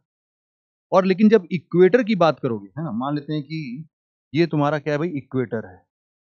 इस इक्वेटर पर जब भी तुम बात करोगे तो इक्वेटर पर वही चीज मैं बता रहा हूं कि इसका हाइट जो है बढ़ जाएगा, और फिर डिजर्ट में कम हो जाएगा, फिर ऐसा चलेगा। मतलब कुछ ऐसा है, वाटर वेपर का जो एक्चुअल है वो कुछ ऐसा दिखेगा तुम्हें कि पोल साइड पर तुम्हारा कम है, इक्वेटर साइड पर बहुत ही ज्यादा है, और जहां जहां डिजर्ट्स मिल रहे हैं, कोल्ड डिजर्ट्स मिल रहे हैं, या फिर तुम्हारे जो भी डिजर्ट्स मिल रहे हैं वहां पर तो बहुत ही कम होगा वेपर। तो ऐसे हाइट वहां कम हो जाएगी। तो इस तरीके से तुम थोड़ा समझ सकते हो। ठीक है भाई, ये भी हमारा थोड़ा सा क्लियर हो गया बात। अच्छा, इसमें एक चीज मजेदार बात तुम्हें एक और बताता हूं मैं, कि वाटर वेपर जो होता है ना, वो बेसिकली दोनों रेडिएशंस को एब्जॉर्ब कर लेता है। मतलब कि वाटर वेपर जो है हमारे लिए, H2O का जो वेपर है हमारे लिए, ये हम लोग बोलते हैं कि इट एब्जॉर्ब्स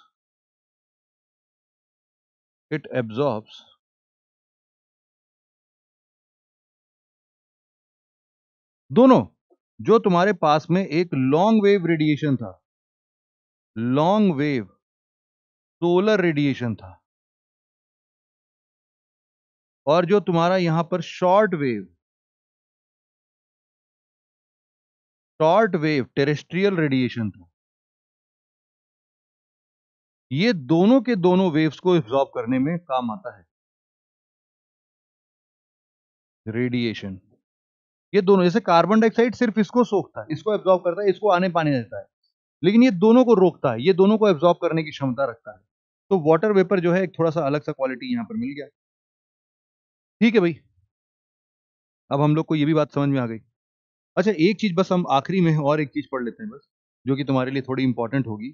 उसको हम लोग लिखते हैं क्या, ओजोन। 6 नंबर पर लिख देते हैं ozone layer. Ozone layer, ozone को हम लोग लिखते हैं O3। ऑक्सीजन जैसे O2 है, वैसे ओजोन क्या है, O3। अब तुम्हें अगर इसका कंसंट्रेशन बताऊंगा तो कंसंट्रेशन पता है कितना है इसका?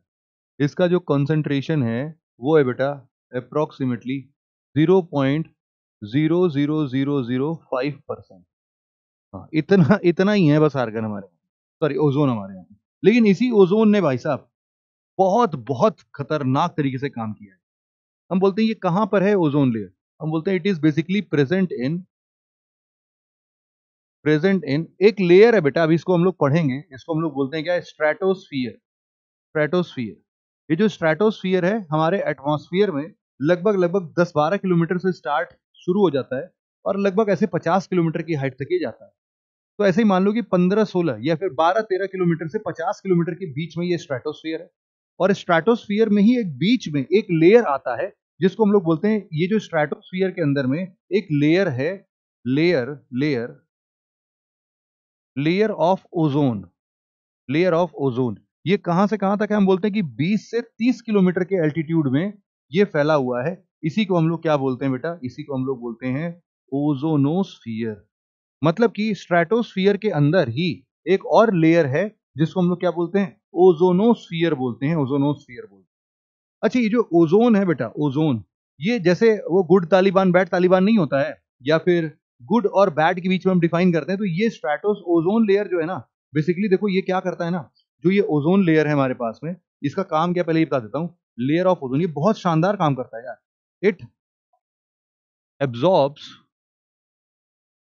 Harmful it absorbs harmful ultraviolet rays, है ना, ये क्या करता है, हार्मफुल अल्ट्रावायलेट रेस को एब्जॉर्ब कर देता है, जिसके चलते हम तक ये हार्मफुल अल्ट्रावायलेट रेस नहीं पहुंचते। अगर हमारे तक पहुंच जाए तो क्या होगा भैया, स्किन कैंसर हो जाएगा सब इंसान को स्किन कैंसर हो जाएगा, अफोर्ड ही नहीं कर सकते हम। तो सोचो कितना शानदार चीज है भाई साहब, हमारे अर्थ के सभी इंसानों को प्रोटेक्ट करने के लिए एक ओजोन लेयर बना हुआ है ना, ओजोन लेयर। लेकिन याद रखना भाई साहब, हम जितना ज्यादा कार्बन डाइऑक्साइड इसको बढ़ाते जा रहे हैं ना, वोलेटाइल ऑर्गेनिक कंपाउंड होता है, और ये वोलेटाइल ऑर्गेनिक कंपाउंड जैसे ही कार्बन मोनोऑक्साइड और कार्बन डाइऑक्साइड के साथ मिलता है, ये भाई साहब ओजोन ही बनाता है। और ओजोन बनाते बनाते, मतलब ओजोन को जो, सॉरी, ये ओजोन तो बना रहा है, साथ ही साथ क्या होता है, ये डिस्टॉर्ट करता है कई बार, है ना, तो डिस्टॉर्शंस हो सकते हैं, खतरनाक तरीके के डिस्टॉर्शंस हो सकते हैं।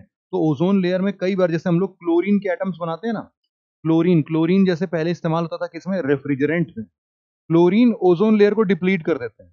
तो जितने भी कूलिंग एजेंट्स थे, जैसे फ्रिज, एसी, इन सब में पहले हम लोग क्लोरीन भरते थे, बाद में हम लोगों ने हाइड्रोफ्लोरोकार्बन भरना, एचएफसी का इस्तेमाल करना स्टार्ट किया, बाद में हमने और भी चेंजेस कर दिए हैं। तो अब वो सब ओजोन लेयर को बहुत खतरनाक यहाँ पर क्या डिप्लीट करते जा रहे थे, तो हमारा पूरा यूवी रेस का जो प्रोटेक्शन लेयर है भैया वो खत्म हो जाता है। तो हम लोग बोल रहे हैं कि देखो ये तो it absorbs harmful ultraviolet rays, लेकिन एक्चुअल में जब ओजोन ओजोन की बात की जा रही है ना, तो ओजोन जो है वो बेसिकली दो प्रकार का है, टू टाइप्स का ओजोन है हमारे पास में। हम बोल रहे हैं एक ओजोन जो है दैट इज गुड ओजोन, ये क्या है भाई, गुड ओजोन है। गुड ओजोन कहां पर मिलता है हम लोग को, गुड ओजोन हमें मिलता है स्ट्रेटोस्फेरिक ओजोन में, इसी को हम लोग क्या बोलते हैं, एक है हमारे पास में स्ट्रेटोस्फेरिक, स्ट्रेटोस्फेरिक ओजोन। जायज सी बात है, कहां मिल रहा है तुम लोग को, स्ट्रेटोस्फीयर में मिल रहा है, इसी को ओजोनोस्फीयर बोल रहे थे। क्यों अच्छा है भाई, गुड ओजोन क्यों है, क्योंकि भाई साहब हार्मफुल अल्ट्रावायलेट रेस को हमारे तक पहुंचने नहीं देता। लेकिन दूसरा जो है भाई साहब, वो क्या है, बैड ओजोन है। ये बैड ओजोन ये कहां पर मिलता है, हम बोलते हैं कि भैया ये बैड ओजोन जो है वो मिलता है हमें ट्रोपोस्फेरिक ओजोन बोलते हैं इसको हम लोग। और ये हार्मफुल है हमारे लिए, ये कोई फायदा नहीं कर रहा है। ट्रोपोस्फेरिक ओजोन जो है ये बेसिकली सिंथेटिकली प्रोड्यूस होता है। ये तो चलो हमारे लिए जो ये वाला ओजोन है बेटा, ये तो नेचुरली बन रहा है, ये नेचुरल है, लेकिन ये कौन सा है, ये सिंथेटिक है। और सिंथेटिक मतलब मैनमेड एक्टिविटीज की वजह से होता है। ये करता क्या है भाई साहब, इट बेसिकली कोरोड्स द बिल्डिंग। जैसे ताजमहल वगैरह बिल्डिंग है ना, वो इसके वजह से भी बहुत ज्यादा खराब हो रहा है। तो इसीलिए तुमने देखा होगा कि ताजमहल के आसपास वाले रीजन्स में से जितने भी ऐसे ओजोन वाले सिस्टम्स थे, सब जो भी ओजोन कहीं से गलती से भी वो छोड़ सकते थे, सबको बाहर निकाल दिया, कुछ नहीं लगा है, बिल्कुल साफ किया गया है वहां पर। तो ये हो गया। अच्छा, इन सब चीजों के लिए मैं बताऊं क्या, ओजोन लेयर ना बीच में एक बार बहुत खतरनाक तरीके से डिप्लीट होना स्टार्ट हो गया था। इन्हीं सब के लिए बेटा एक बहुत ही फेमस प्रोटोकॉल है, उसको हम लोग क्या बोलते हैं, मॉन्ट्रियल प्रोटोकॉल। Montreal protocol. और this protocol is one of the most successful protocol, या फिर जिसमें पूरा विश्व मिलके जिसमें काम किया, और उसके बाद में हमने देखा कि जो ओजोन लेयर डिप्लीट हो रहा था अब वो काफी हद तक सही हो गया है। तो ये सारा का सारा मॉन्ट्रियल प्रोटोकॉल सबसे बेस्ट प्रोटोकॉल हम लोगों ने इन्वायरमेंट को सेव करने के लिए अभी तक चलाया है, आप ये बोल सकते हैं। तो यहां पर ओजोन लेयर से रिलेटेड मॉन्ट्रियल प्रोटोकॉल भी था।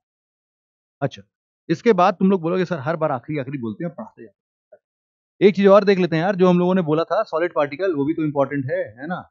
सॉलिड पार्टिकल्स जो हमारे एटमॉस्फेयर में प्रेजेंट होते हैं, तो ये सॉलिड पार्टिकल्स के नाम पर सर आपने क्या बताया था, डस्ट, ऐश, ये सब बताया था, थोड़ा और बताइए सर। हमने बोला कि देखो भैया बहुत सारी चीजें हैं, जैसे कि मैं तुम्हें समझाता हूँ। ये देखो भाई क्या है, वॉल्केनो से निकलता हुआ वॉल्केनिक ऐश, है ना। वॉल्केनिक ऐश क्या होगा, सॉलिड होगा कि नहीं होगा, है ना, सॉलिड होगा भाई साहब। जैसे कि हम और बोले तो हम बोल रहे हैं डस्ट के पार्टिकल्स, ये तो हम लोगों ने लिखा ही।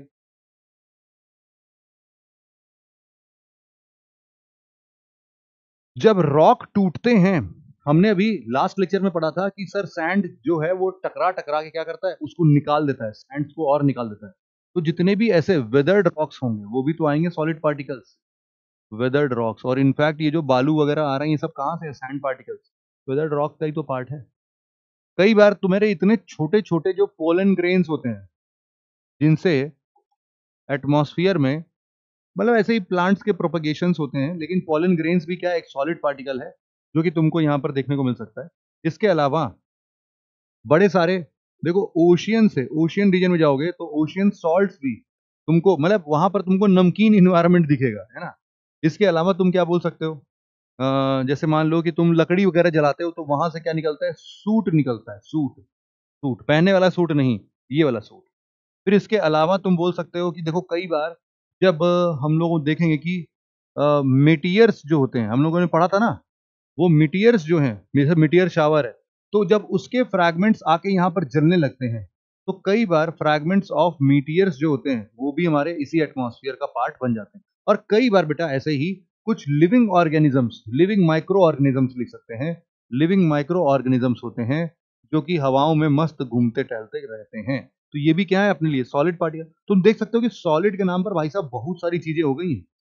अब इन सभी चीजों का काम क्या है सर, ये सब कुछ काम वाम करते हैं कि ऐसे ही निठल्ले टाइप बैठे हुए हैं? अरे भैया बहुत शानदार काम है। ये solid particles they act as ये ध्यान से सुनना, हाइग्रोस्कोपिक, हाइग्रोस्कोपिक न्यूक्लियाई। क्या मतलब है इसका, हाइग्रोस्कोपिक न्यूक्लियाई का मतलब क्या है? देखो हाइग्रोस्कोपिक न्यूक्लियाई का मतलब है कि जैसे मान लो कि जब बादल बनते हैं ना, तो ऐसे मान लेते हैं कुछ डस्ट पार्टिकल्स जो होते हैं वो इधर उधर एटमॉस्फेयर के ऊपरी हिस्से पर मस्त टहलते घूमते रह रहे हैं। जब पानी का ड्रॉपलेट कंडेंस होकर के बादल बनाता है तो हर बार ध्यान रखना, ये पानी का बादल जो है, पानी का बादल या पानी की बूंदे जो है, पहले तो वेपर के फॉर्म में थी तो इधर उधर वो भी टहलती घूमती थी, लेकिन जैसे ही कंडेंस हुई पानी के फॉर्म में बदल गई, वो वेपर जो है अब किसमें बदल गया, वाटर ड्रॉपलेट में। तो ये वाटर ड्रॉपलेट कहाँ रहेगा, हवा में उड़ता रहेगा? ऐसे नहीं, हवा में यहाँ पर इसको मिलेगा क्या, हाइग्रोस्कोपिक न्यूक्लियाई। ये हाइग्रोस्कोपिक न्यूक्लियाई की पीठ पर बैठ जाएगा हर बार, हर बार क्या करेगा, ये हाइग्रोस्कोपिक न्यूक्लियाई के पीठ पर बैठ जाएगा, जिससे कि ये टिका रहे, है ना। तो इसको क्या चाहिए, हाइग्रोस्कोपिक न्यूक्लियाई चाहिए भैया। बिना हाइग्रोस्कोपिक न्यूक्लियाई के कोई भी बादल बन ही नहीं सकता। बादल नहीं बनेगा तो बारिश कहाँ से होगी, बारिश नहीं होगी तो फिर हमारा क्लाइमेटिक सिस्टम बहुत खराब हो जाएगा।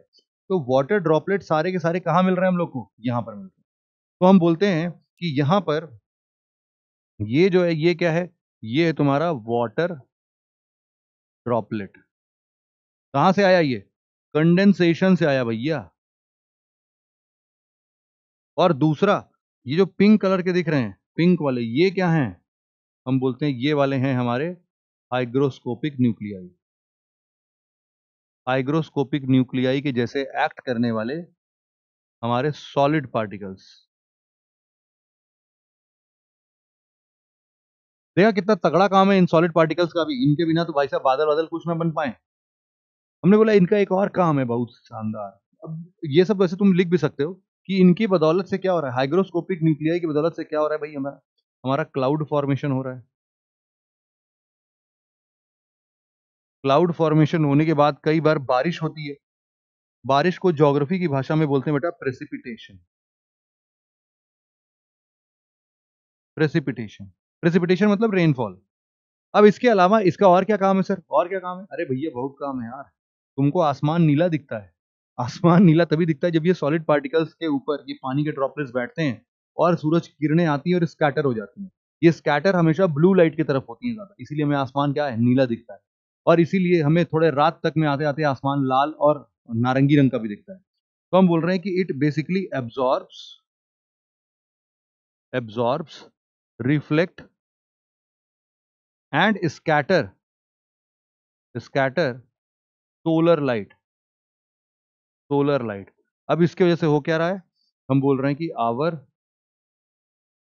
Sky appears blue. इसी स्कैटरिंग फिनोमिना की वजह से ही क्या हो रहा है, हमारा स्काई ब्लू दिख रहा है। कब दिख रहा है भैया ब्लू दिख रहा है, हम बोल रहे हैं दोपहर वगैरह में। लेकिन यही चीज जब नारंगी, ऑरेंज या रेड कलर दिख रहा है सुबह शाम में, तो वो भी इसी की वजह से। तो यहाँ पर हम लोग यही सब समझते हैं। अब अच्छा, इसका कॉन्सेंट्रेशन आप सबको भी पता है कि इसका कॉन्सेंट्रेशन ज्यादा, अब सॉलिड पार्टिकल है तो बहुत ऊपर तक तो होगा नहीं यार, तो ज्यादातर इसका कॉन्सेंट्रेशन निचले सरफेस पर ही ज्यादा होगा, है ना। ऊपर ऊपर बहुत जाएंगे तो उतना ज्यादा हमें मिलेगा नहीं। ठीक है भाई, इतनी बात भी अपनी तय हो गई। अब इसके बाद हम लोग जो पढ़ रहे हैं वो है बेटा क्या, वो है सबसे, अब इसका एक और टॉपिक जो मैं पढ़ना था, इंपॉर्टेंट सा है हमारे पास, जो हम बोल भी रहे थे। इसको हम लोग बोलते हैं क्या, layers of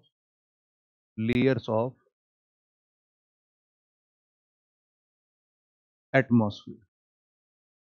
layers of atmosphere. Layers of atmosphere क्या चीज है, क्या बला है, जरा इसको भी समझ लेते हैं। इसको समझने के लिए बेटा हम लोग को बड़ी सारी चीजें समझनी पड़ेंगी। जैसे कि अब मैं तुमको लेयर्स ऑफ एटमॉस्फेयर देखो कुछ इस प्रकार समझा सकता हूँ कि मैं तुम्हें पूरा लेयर बताता हूँ। लेयर कैसे बताऊंगा, जरा यहां पर देखो तुम।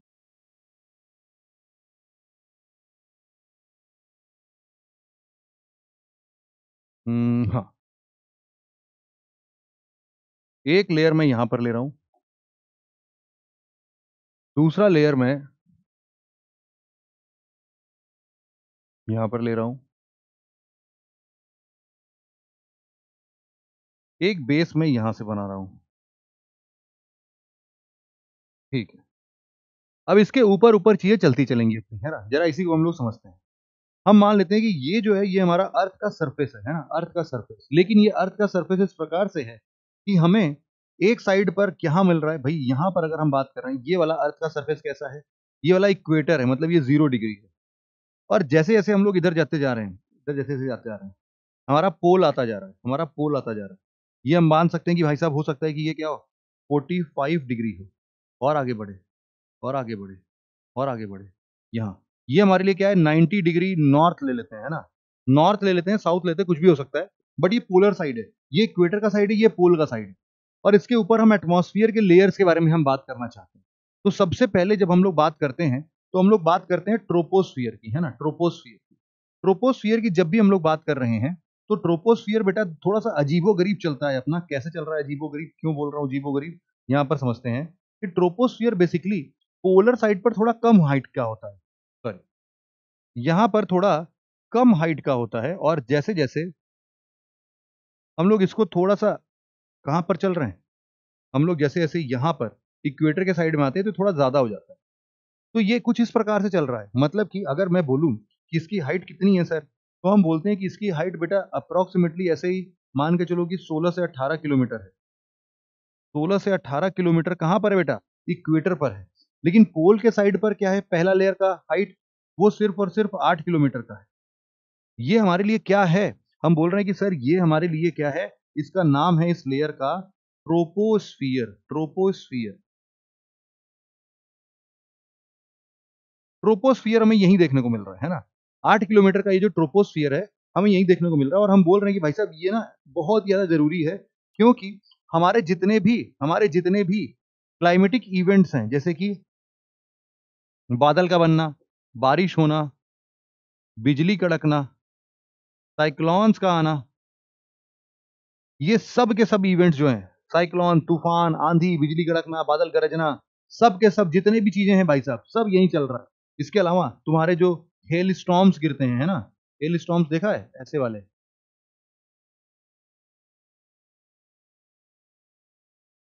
अरे ये वाले हेल स्टॉर्म्स, जो बर्फ के हेल स्टॉर्म्स गिरते हैं। इसके अलावा तुम बोल सकते हो कि जो हमारी जो हवाएं बहती हैं, है ना, विंड सिस्टम जो चल रही हैं, वो विंड सिस्टम सब यहीं पर हो रहा है। सब किस में हो रहा है, ट्रोपोस्फियर में हो रहा है। तो हम सबसे पहला लेयर क्या लिख सकते हैं, सबसे पहला लेयर हम लिख सकते हैं ट्रोपोस्फियर। सबसे पहला लेयर हम क्या लिख सकते हैं भाई, ट्रोपोस्फियर। ट्रोपोस्फियर, हमने बोला ट्रोपोस्फियर की हाइट वाइट तो हमने देख ही ली है।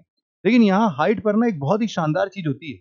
हम लोग यहाँ पर एक चीज बोलते हैं, ट्रोपोस्फियर में हम जैसे जैसे ऊपर की दिशा में आगे बढ़ते जा रहे हैं, वहां पर हमारा हम देख रहे हैं टेम्परेचर धीरे धीरे कम होने लग रहा है। क्योंकि देखो पूरा एटमॉस्फेयर हमारा गर्म किससे होता है, हमारे अर्थ सरफेस से। मतलब कि जब सूरज की किरणें नीचे पड़ती हैं और हमारा अर्थ सरफेस गर्म होने लगा, अब इसी गर्मी से क्या हो रहा है, हमारा एटमॉस्फेयर भी गर्म हो रहा है। हाँ, सन की डायरेक्ट रेस से हमारा एटमॉस्फेयर नहीं गर्म होता, हमारा एटमॉस्फेयर किससे गर्म होता है, लॉन्ग वेव टेरेस्ट्रियल रेडिएशन से। तो लॉन्ग वेव टेरेस्ट्रियल रेडिएशन से हमारा एटमॉस्फेयर गर्म हो रहा है। तो जैसे जैसे हम अर्थ के सरफेस से दूर जाते जाएंगे वैसे वैसे हमारा टेम्परेचर कम होता जाएगा। तो हम यही लिखते हैं कि भाई साहब यहाँ पर टेम्परेचर जो है हमारा वो कम होता हुआ दिखाई दे रहा है, कम होता हुआ दिखाई दे रहा है। तो जैसे जैसे सरफेस के ऊपर जा रहे हैं ये टेम्परेचर कम हो रहा है, और इसी को हम लोग क्या बोलते हैं, नॉर्मल लैप्स रेट। इसी को हम लोग बोलते हैं नॉर्मल लैप्स रेट। ये क्या है हमारे लिए भाई साहब, नॉर्मल लैप्स रेट है। कितना है, हम बोल रहे हैं कि देखो इतना है कि अगर हम लगभग लगभग हम बोल रहे हैं कि जैसे हम लोग 165 मीटर के ऊपर पहुंच जाए, मतलब 165 मीटर ऊपर बढ़ेंगे, तो इसका मतलब है कि 1 डिग्री सेल्सियस का तापमान कम हो जाएगा। या फिर इसको दूसरे तरीके से लिख सकते हो कि जैसे जैसे हम लोग 1 किलोमीटर ऊपर जाएंगे, 1 किलोमीटर ऊपर जाएंगे, इसका मतलब है कि लगभग लगभग तुम्हारा 6.4 डिग्री सेल्सियस 6.4 डिग्री सेल्सियस तापमान जो है वो कम हो जाएगा हर 1 किलोमीटर पर। तुम समझ सकते हो कि जैसे जैसे तुम ऊपर की तरफ जाते जाओगे, 8-8 किलोमीटर की ऊपर की हाइट पर तुमको क्या मिलेगा, टेम्परेचर बहुत नेगेटिव मिलेगा, मतलब नेगेटिव नहीं, मतलब तुम्हें टेम्परेचर जो है वो काफी रिलैक्स्ड फॉर्म में मिलेगा। तो यहाँ पर तुम देख भी सकते हो कि अगर मैं तुम्हें टेम्परेचर वगैरह की बात कहूँ, और टेम्परेचर जो है लगभग लगभग इसी जगह पर अगर मैं टेम्परेचर भी मेंशन कर दूं, तो कैसे कर दूं टेम्परेचर मेंशन, इसको थोड़ा सा ऊपर कर देता हूँ, जस्ट अ सेकंड।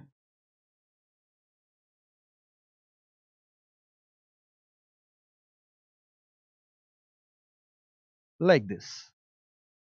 तो हम लोग इसको इस तरीके से बोल सकते हैं कि यहीं पर ना टेम्परेचर की भी बात हो रही है।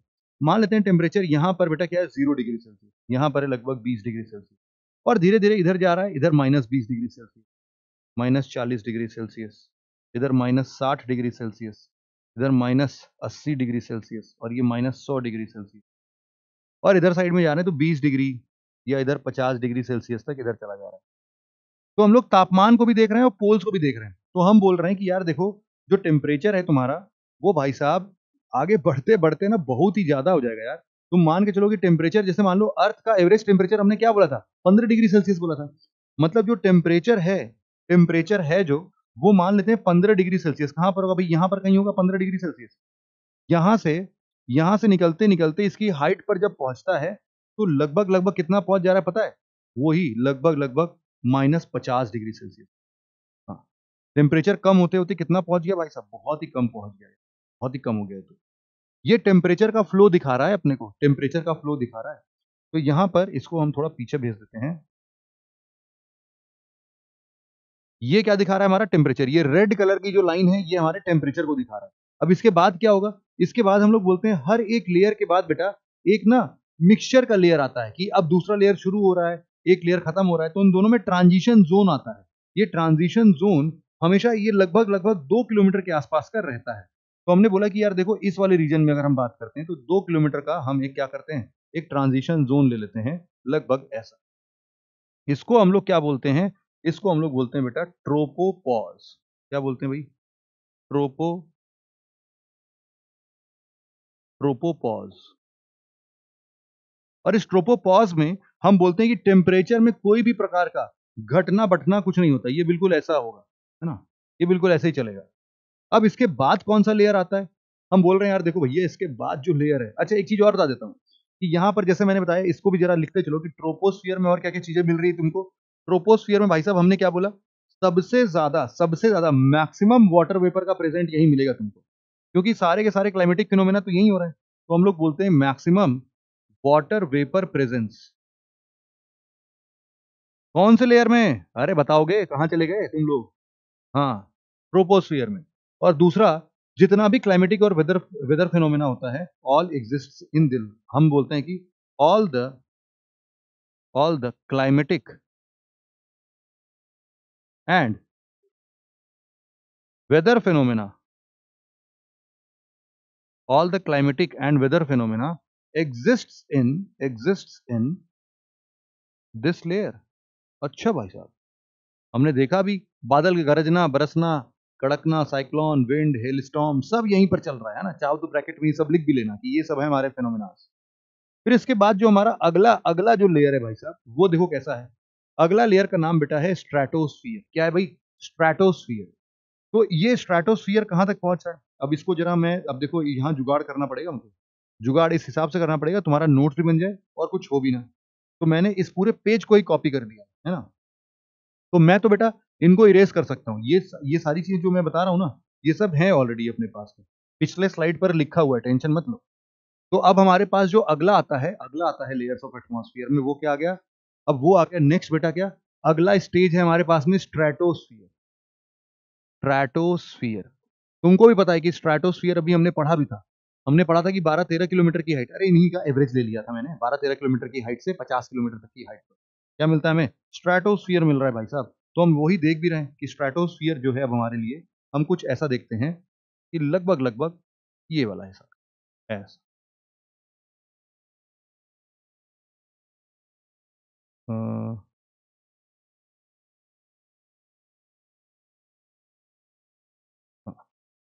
ये क्या है हमारे लिए, स्ट्रेटोस्फीयर की हाइट है हमारी। ये स्ट्रेटोस्फीयर कितने हाइट तक हम पहुंच गए, हमने बोला हाइट वही तुम मान के चलो 50 किलोमीटर की हाइट तक तुम पहुंच चुके।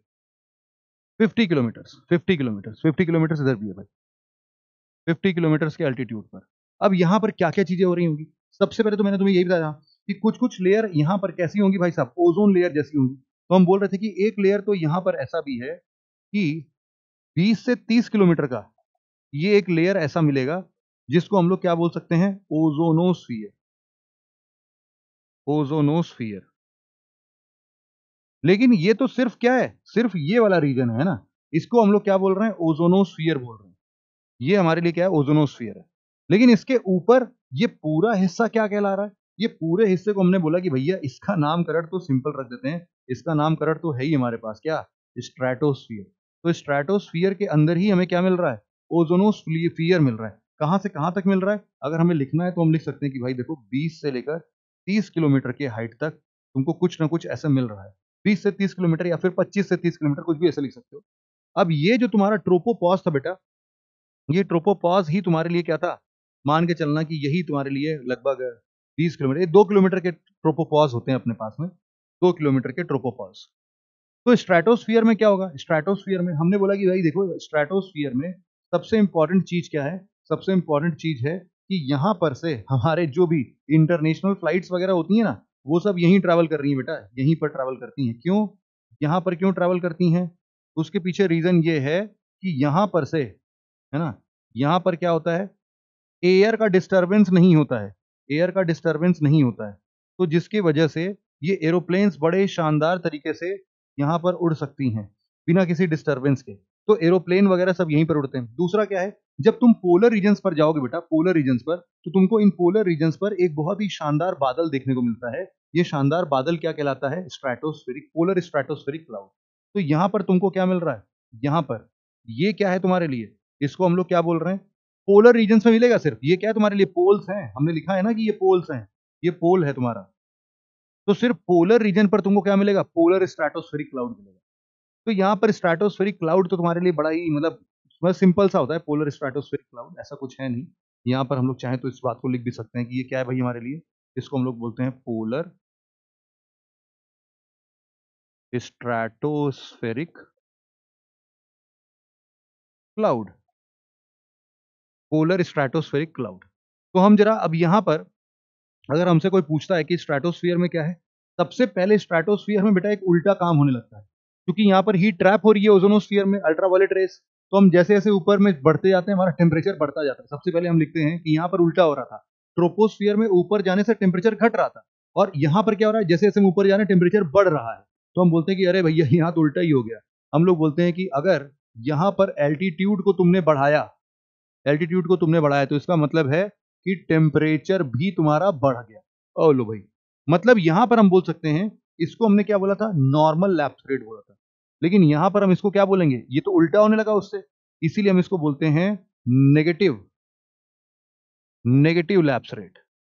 लैप्स रेट मतलब कि हाइट के साथ साथ टेम्परेचर घटना चाहिए था, लेकिन यहां तो बढ़ने लगा, इसीलिए नेगेटिव लैप्स रेट हो गया, है ना। इसी में तुमको कई बार बेटा एक और क्लाउड मिलता है जिसको हम लोग क्या बोलते हैं, सिरस क्लाउड। सिरस क्लाउड, सिरस क्लाउड बेटा तुमको यहाँ पर ऐसे रुई के फाहे के जैसा मिलता है, यहाँ पर ऐसे ऐसे सिरस क्लाउड ऐसे ऐसे मिलते हैं। ये क्या है हमारे लिए, सिरस क्लाउड का प्रेजेंस भी यहीं पर मिलता है। सिरस क्लाउड तो तुमको कई जगह मिल जाएंगे, अपने अपने ऊपर भी तुम देखोगे सिरस क्लाउड तुमको दिख जाएगा। ये बारिश मतलब कि ये नॉन नॉन प्रेसिपिटेटिंग क्लाउड्स होते हैं, नॉन प्रेसिपिटेटिंग क्लाउड्स होते हैं। इन बादलों से कभी बारिश नहीं हो सकती है ना, बट इनका सिंबल कुछ और बताता है, वो हम लोग पढ़ेंगे आगे चल के। हमने ये भी बोला कि यहाँ पर तुमको क्या मिल जाएंगे, पोलर स्ट्रेटोस्फेरिक क्लाउड मिलेंगे, पोलर स्ट्रेटोस्फेरिक स्ट्रेटोस्फेरिक क्लाउड्स मिल सकते हैं। ये stratospheric clouds, polar stratospheric clouds जो हैं, ये बहुत ही अच्छे होते हैं। ये बेसिकली पता है किससे बनते हैं, ये ऊपर जाते जाते टेम्परेचर तो -50 डिग्री सेल्सियस हो गया होता है, उसी जगह पर जैसे ही ये ऊपर चलता है, वहां पर बेटा जो तुम्हारे पास में थोड़ा बहुत वाटर बच गया, नहीं तो वाटर के साथ साथ तुम्हारा क्या होता है, सल्फ्यूरिक एसिड होता है भैया इसमें, सल्फ्यूरिक एसिड, और इसके साथ साथ में नाइट्रिक एसिड होता है। ये नाइट्रिक एसिड वगैरह जो होते हैं, ये सब जो होते हैं वहां पर जम जाते हैं, जम जाते हैं, फ्रोजन हो जाते हैं, और यही फ्रोजन लेयर पे हमें क्या मिलता है? पोलर स्ट्रेटोस्फेरिक क्लाउड देखने को मिलता है। बड़े सुंदर होते हैं, बड़े सुंदर होते हैं ये। अच्छा, एक चीज और बताना तुम जरा, क्या हम बोल सकते हैं कि जो पोलर रीजन होता है वहां पर स्ट्रेटोस्फेरिक चौड़ा होता है और इक्वेटर रीजन पर स्ट्रेटोस्फीयर का लेयर पतला होता है? तो हम लोग ये भी लिख सकते हैं कि स्ट्रेटोस्फीयर जो है they are thicker at poles. देख रहे हो कितनी सारी बातें हम लोग को पता चल गई यहाँ पर स्ट्रेटोस्फीयर के बारे में। अब यहाँ पर हम लोग नेक्स्ट, अच्छा ये मैं तुम्हें एक बार दिखा दूं क्या कैसा दिखता है ये जो तुम्हारा पोलर स्ट्रेटोस्फेरिक क्लाउड है, ये बेटा तुम्हारे लिए देखो कुछ ऐसा दिखता है। कहाँ गया भाई अपना, ये रहा तुम्हारा, ये क्या है बेटा तुम्हारे लिए? यही है तुम्हारे लिए क्या? Polar polar stratospheric cloud. ये बिल्कुल अलग तरीके से दिख रहे हैं, है ना। सिमिलरली अगर मैं तुमको सिरस क्लाउड दिखा दूं, है ना, अगर मैं तुमको यहाँ पर सिरस क्लाउड दिखा दूं तो तुमको ये भी पता होना चाहिए कि सिरस क्लाउड तो तुम लोगों ने देखा होगा यार। ये देखो सिरस क्लाउड जो होते हैं वो रूई के फाहे के जैसे, अरे ये वाले, ये सब तुम्हें बादल देखने को मिलते होंगे, ये सब क्या है तुम्हारे लिए? सिरस क्लाउड है। ये भी तुम्हारे लिए, ये भी मैं तुम्हारे साथ में ले चलता हूँ, है ना, ताकि तुमको इसका भी अंदाजा रहे कि अच्छे सिरस क्लाउड क्लाउड वगैरह भी हम लोग डिटेल में पढ़ेंगे, टेंशन मत लो। क्लाउड तो भी और भी आएगा, इसको हम लोग इधर कहीं लिख देते हैं। ये हमारे लिए क्या है भाई? ये है हमारे लिए सिरस क्लाउड। सिरस क्लाउड ये बारिश नहीं कराएंगे कभी भी, है ना, ये बारिश नहीं कराएंगे। ठीक है भाई, वापस आते हैं हम लोग। ये हमारे लिए क्या हो गया भाई? स्ट्रेटोस्फियर तक का काम तो हो गया। स्ट्रेटोस्फियर के अगेन बेटा वही चीज मैं बता रहा हूं कि 2 किलोमीटर ऊपर की जब बात करोगे तुम यहाँ पर, तो तुमको अगेन क्या मिल रहा होगा? अगेन तुम्हें मिलेगा क्या? स्ट्रेटोपॉज। यहाँ पर मैं लिख देता हूँ क्या मिल रहा है तुमको? Stratopause, stratopause. अब मैंने तुम्हें क्या बताया कि टेम्परेचर क्या हो रहा है यहाँ पर? टेम्परेचर यहाँ से धीरे धीरे क्या हो रहा है? टेम्परेचर बढ़ने लग रहा है। तो बढ़ते बढ़ते ये वापस से बेटा कितना हो जाएगा? -50 से। ये लगभग लगभग बेटा -50 से बढ़ते बढ़ते ये हो जाएगा तुम्हारा अगेन 0 डिग्री सेल्सियस के आसपास। तो हम बोल रहे हैं यहाँ से स्टार्ट होगा और कहाँ तक पहुंच जाएगा? ये लगभग लगभग 0 डिग्री सेल्सियस तक पहुंच जाएगा, ऐसा कुछ। तो ये रेड कलर वाला हमेशा याद रखना, टेम्परेचर को दर्शा रहा है। और दूसरा हम लोग ये भी बोल सकते हैं कि यहाँ स्ट्रेटोपॉज में भी क्या होगा? ये पूरा का पूरा कांस्टेंट रहेगा, यहाँ कोई बढ़ोतरी घटोतरी नहीं होती भाई साहब, ये वैसे का वैसे ही टेम्परेचर चल रहा है। अब इसके आगे हम लोग बढ़ते हैं, और क्या दिखता है? और दिखता है हमें यहाँ पर सबसे खतरनाक हम बात कर रहे हैं, नेक्स्ट लेयर जो है हमारा बेटा वो है मेसोस्फीयर। क्या है भाई? मेसोस्फीयर। तो नेक्स्ट हम लोग लिखते हैं यहाँ पर, इसको भी कॉपी कर लेता हूँ। हाँ, और अब इसके आगे की कहानी हम लोग अगर सुनेंगे तो इसको मैं हटा देता हूँ, इसको हटा दे रहा हूँ पूरा। ये हमारे लिए क्या है भाई? ये है हमारे लिए मेसोस्फीयर। मेसोस्फीयर ये तीसरा लेयर है, मेसोस्फीयर। मेसोस्फीयर की हाइट जो है वो कहां तक चलती है भाई? मेसोस्फीयर की हाइट चलती है बेटा 80 किलोमीटर के आसपास, है ना। तो यहां पर भी एक हमने लेयर बना दिया हमने क्या, यहां पर हम देख लेते हैं।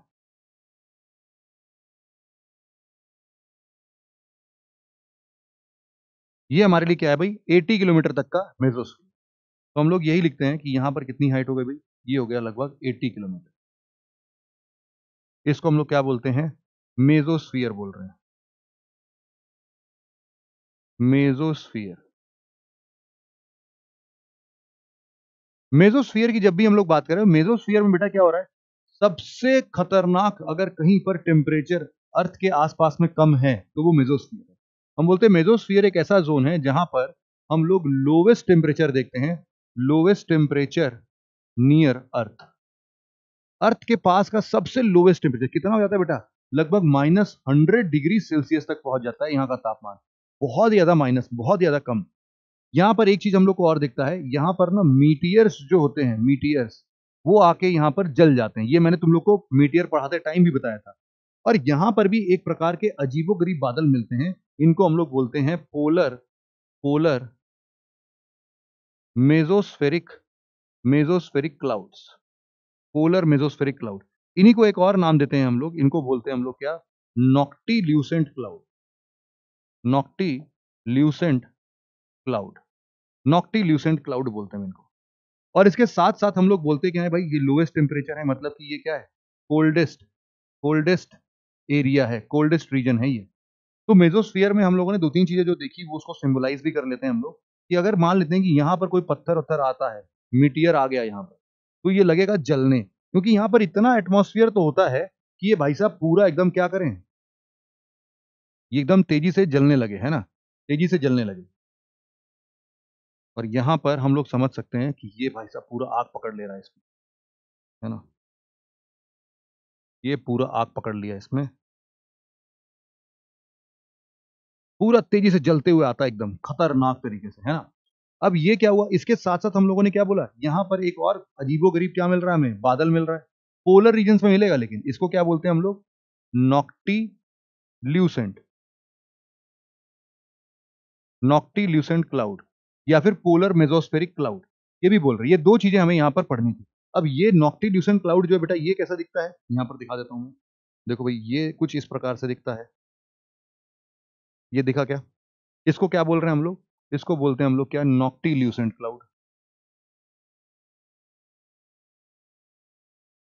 कहाँ पाया जा रहा है, मेजोस्फीयर में पाया जा रहा है।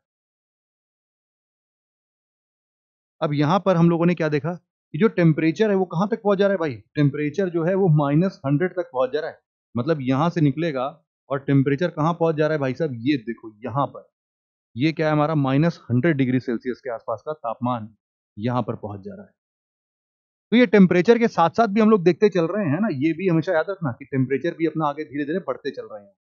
तो टेम्परेचर का हमने देख लिया। अच्छा, ये नॉक्टिल्यूसेंट क्लाउड जो है बेटा, ये हम लोग लिखते हैं कि ये बेसिकली किससे बनता है, it is made up of ice crystals. यहां पर जो भी पानी के टुकड़े थोड़े बहुत भी मिल सकते हैं, आइस क्रिस्टल्स, वो सब के सब -100 डिग्री के सेल्सियस के तापमान में भाई साहब पूरे के पूरे जबरदस्त तरीके से जम जाते हैं। और इसी तरीके से हम लोग का यहाँ पर एक और चीज हमें देखने को मिलेगा कि जैसे हम लोगों ने मेजोस्फीयर बोला था, इसके 2 किलोमीटर के रीजन में हम लोग को क्या देखने को मिलेगा, मेजोपॉज। तो हम लोग यहाँ पर क्या लिख सकते हैं भाई, मेजोपॉज,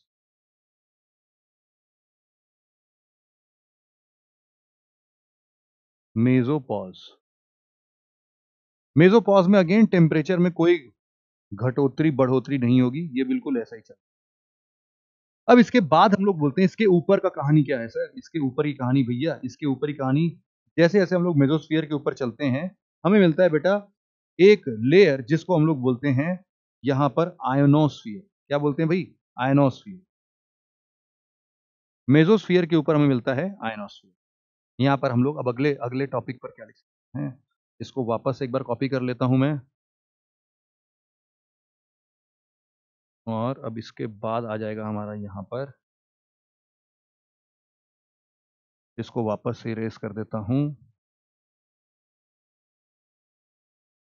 अब इसके बाद हम लोग क्या पढ़ रहे हैं, यहाँ पर आयनोस्फीयर पढ़ रहे हैं, आयनोस्फीयर। तो ये जो बेटा आयनोस्फीयर है, यहाँ पर अगेन तुम्हारा क्या हो रहा है, टेम्परेचर फिर से भाई साहब बढ़ने लगेगा, आयनोस्फीयर में फिर से टेम्परेचर बढ़ने लगता है। और ये कहाँ तक चल रहा है, हम बोल रहे हैं यार देखो भाई साहब, ये जो है ना, ये तुम्हारे लिए खतरनाक सी चीज है। तुम्हारा जो टेम्परेचर है अब वो बढ़ते बढ़ते बढ़ते बढ़ते भाई साहब पहुंच गया कहाँ, 400 किलोमीटर के आसपास रीजन में। ये कहाँ पहुंच गए हम लोग, 400 किलोमीटर के आसपास पहुंच चुके हैं हम। यहाँ पर हमारा जो 400 किलोमीटर, 400 किलोमीटर। अब यहीं पर ना एक और चीज होती है यार, यहीं पर एक और चीज है, हमारे पास में एक और लेयर बनती है यहाँ पर, इसको हम लोग बहुत ही इंपॉर्टेंट लाइन मानते हैं। ये जो एक लाइन बन रही है बेटा, इसको हम लोग क्या बोलते हैं, इसको हम लोग बोलते हैं कर्मन लाइन, है ना। इसको हम लोग बोलते हैं क्या, कर्मन लाइन। कर्मन लाइन क्या चीज है, कहाँ तक है, कितने दूर तक है, हम बोल रहे हैं कर्मन लाइन। ये जो 100 किलोमीटर का अपना दायरा है, इसके बियॉन्ड जाने पर हम लोग बोलते हैं स्पेस है। तो ये 100 किलोमीटर की लाइन क्या कहलाती है हमारे लिए, इसी को हम लोग बोलते हैं क्या, कर्मन लाइन। इसके ऊपर क्या है, स्पेस। ये एक लाइन हम लोगों ने डिफाइन कर रखी है कि भाई 100 किलोमीटर के नीचे एटमॉस्फेयर है, इसके ऊपर तुम स्पेस देख लो, है ना। कर्मन लाइन के ऊपर क्या है तुम्हारे लिए, स्पेस है, स्पेस। तो जैसे तुम लोग हवाई जहाज में उड़ोगे बेटा तो तुम एस्ट्रोनॉट नहीं कहलाओगे, इस लाइन को पार करने के बाद तुम एस्ट्रोनॉट कहलाओगे, है ना। या फिर तुमने स्पेस में तुम गए तो कैसे बोलोगे कि तुम एरोप्लेन में बैठ गए तो स्पेस में चले गए, नहीं नहीं, 100 किलोमीटर लाइन को पार करोगे तब बोलोगे कि अच्छा मैं स्पेस में चला गया भैया, मैं स्पेस में चला गया। तो इस तरीके से है। अब यहां से क्या होता है बेटा, आयनोस्फीयर में टेम्परेचर जो है वो भी धीरे धीरे बढ़ता है, लेकिन बढ़ते बढ़ते ऐसा कोई बहुत खास इंक्रीमेंट तुम्हें देखने को नहीं मिलेगा।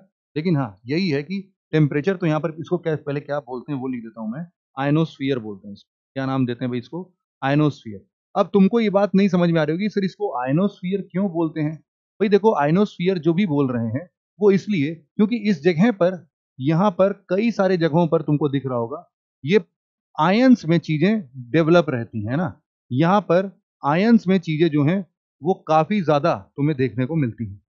तो इसीलिए इसको हम लोग क्या बोलते हैं भाई, इसको हम लोग बोलते हैं आयनोस्फीयर। यहाँ पर आयोनाइजेशंस बहुत ज्यादा होते हैं, सूरज की किरणें टकरा टकरा के यहाँ पर अब इतने दूर पर सारे गैसियस पार्टिकल्स को क्या कर देती हैं, टकरा टकरा के भाई साहब इसको ये छल्ली छल्ली कर दे रही हैं, मतलब यहाँ पर आप बोल रहे हो इसको आयंस में तोड़ दे रही हैं।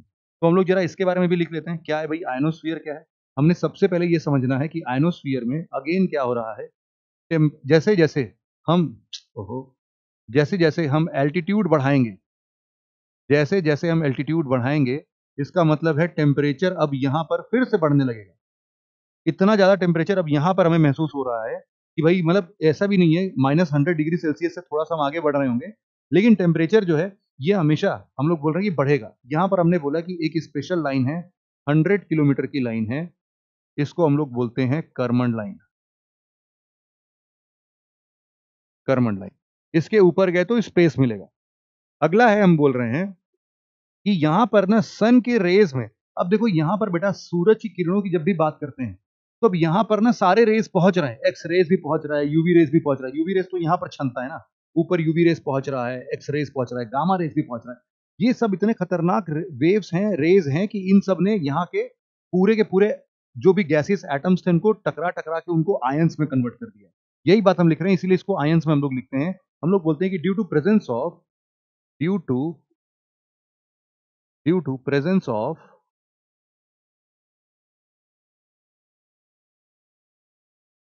High density of due to presence of high density of solar radiations, है ना, high density of solar radiations जैसे कि एक्सरेज, जैसे कि आप बोल सकते हो यूवी रेज। हम बोल रहे हैं यहां पर हो क्या रहा है कि particles present in this layer gets ionized और इसीलिए इसको क्या बोल रहे हैं हम लोग, आयनोस्फीयर बोल रहे हैं। यहां पर यही चीज है कि यहां पर हमने क्या बोल दिया भाई, इसमें आयनोस्फीयर बोल दिया इसमें। ठीक है भाई। अब यहां पर एक चीज हम लोग नेक्स्ट देखते हैं, यहां पर एक बहुत ही शानदार काम होता है। ये है ना, ये जो पूरा लेयर है ये एक बहुत ही मजेदार काम में पास आता है। अर्थ से हम लोग जब भी रेडियो फ्रीक्वेंसी यहाँ पर भेजते हैं तो रेडियो फ्रीक्वेंसी यहाँ से ट्रेवल करते हुए जाता है, आयनोस्फीयर से टकरा के वापस स्प्रेड हो जाता है। तो हम लोग का जो जितना भी रेडियो कम्युनिकेशन है ना, रेडियो कम्युनिकेशन वो सब बिना किसी सैटेलाइट के ही हो जाता है, इसी आयनोस्फीयर से 400 किलोमीटर से रिटर्न होकर वापस आ जा रहा है। तो हम क्या बोल रहे हैं यहाँ पर कि आयनोस्फीयर कहाँ पर है, it is used for radio communication as, it is used for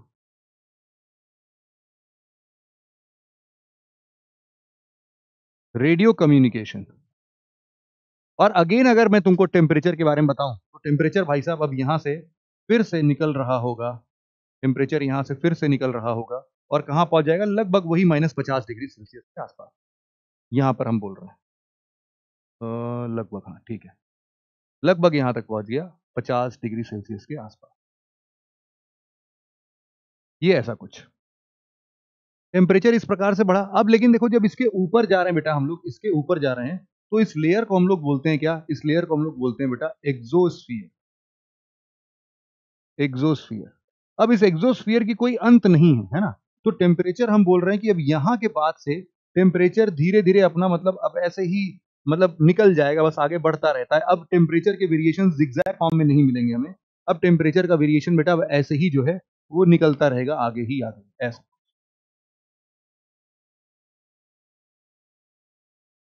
ऐसा। अब टेम्परेचर आगे अपना ऐसे ही बढ़ता रहेगा, है ना।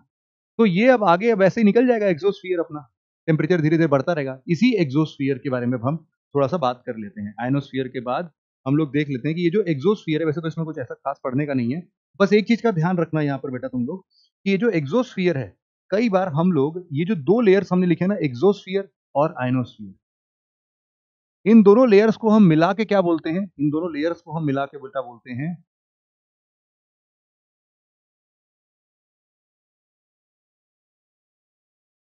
थर्मोस्फियर। क्या बोलते हैं भाई, थर्मोस्फियर। ये क्या है, दोनों एक्सोस्फियर और आयनोस्फियर को मिला के हम क्या बोलते हैं, थर्मोस्फियर बोलते हैं, क्योंकि यहाँ पर थर्मल टेम्परेचर जो है वो हमेशा बढ़ता बढ़ता बढ़ता ही दिखता रहेगा। तो ठीक है भाई, यही है अपना पूरा एटमॉस्फेयर के लेयर्स, अलग अलग लेयर्स भाई साहब क्या है, अपना troposphere, stratosphere, mesosphere, ionosphere, exosphere, simple, है ना। आई होप कि आपको ये क्लास आज तो समझ में आई होगी, मजेदार भी लगी होगी, और इनको आपने बढ़िया तरीके से अपने नोट्स वगैरह में लिखा होगा। तो आज की क्लास तो बेटा यहीं पर हम समाप्त करने की कोशिश कर रहे हैं, और आई होप कि मजा लगा, है ना। अब आज तो मजा आया होगा बेटा, नीचे लिखना पड़ेगा भैया, ना बाबा ना, लिखना पड़ेगा, लिख के मानूंगा मैं तो, मुझे चाहिए भाई, लिखो नीचे कि गर्दा उड़ा दिया हमने, हमें सब समझ में आ गया। जो भी समझ में आ रहा है बेटा, मजा आ रहा है तुमको, तो मजेदार चीजें कमेंट में लिख दो, फटाफट से भर डालो कमेंट को। यार इतना तो करोगे ना। हाँ, मैं पढ़ता हूँ यार तुम्हारे सारे कमेंट्स, मैं पिछली बार कमेंट देखा, मुझे बड़ा बुरा लगा कि सब बच्चे बोल रहे हैं कि सर मुझे समझ में कम आता है, लिख के पढ़ाया करो, लिख के पढ़ाया करो। आज देख लो, मैंने हर एक चीज लिख के पढ़ाई है बेटा, भले थोड़ा टाइम ज्यादा लग गया है, बट ठीक है, कोई बात नहीं, I will try my best कि ऐसे ही आपको आगे भी मैं पढ़ाता रहूं। तो मिलते हैं अगले लेक्चर में एक मजेदार चैप्टर के साथ में, अगेन एक बार फिर से हम लोग थोड़े टेम्परेचर, हीट, बजट, इन सब की बात करेंगे नेक्स्ट लेक्चर में, क्लाइमेटोलॉजी को और आगे बढ़ाएंगे। आज के लेक्चर में इतना ही था। Thank you very much for listening it very patiently friends, have a nice day, take care, bye bye and जय हिंद।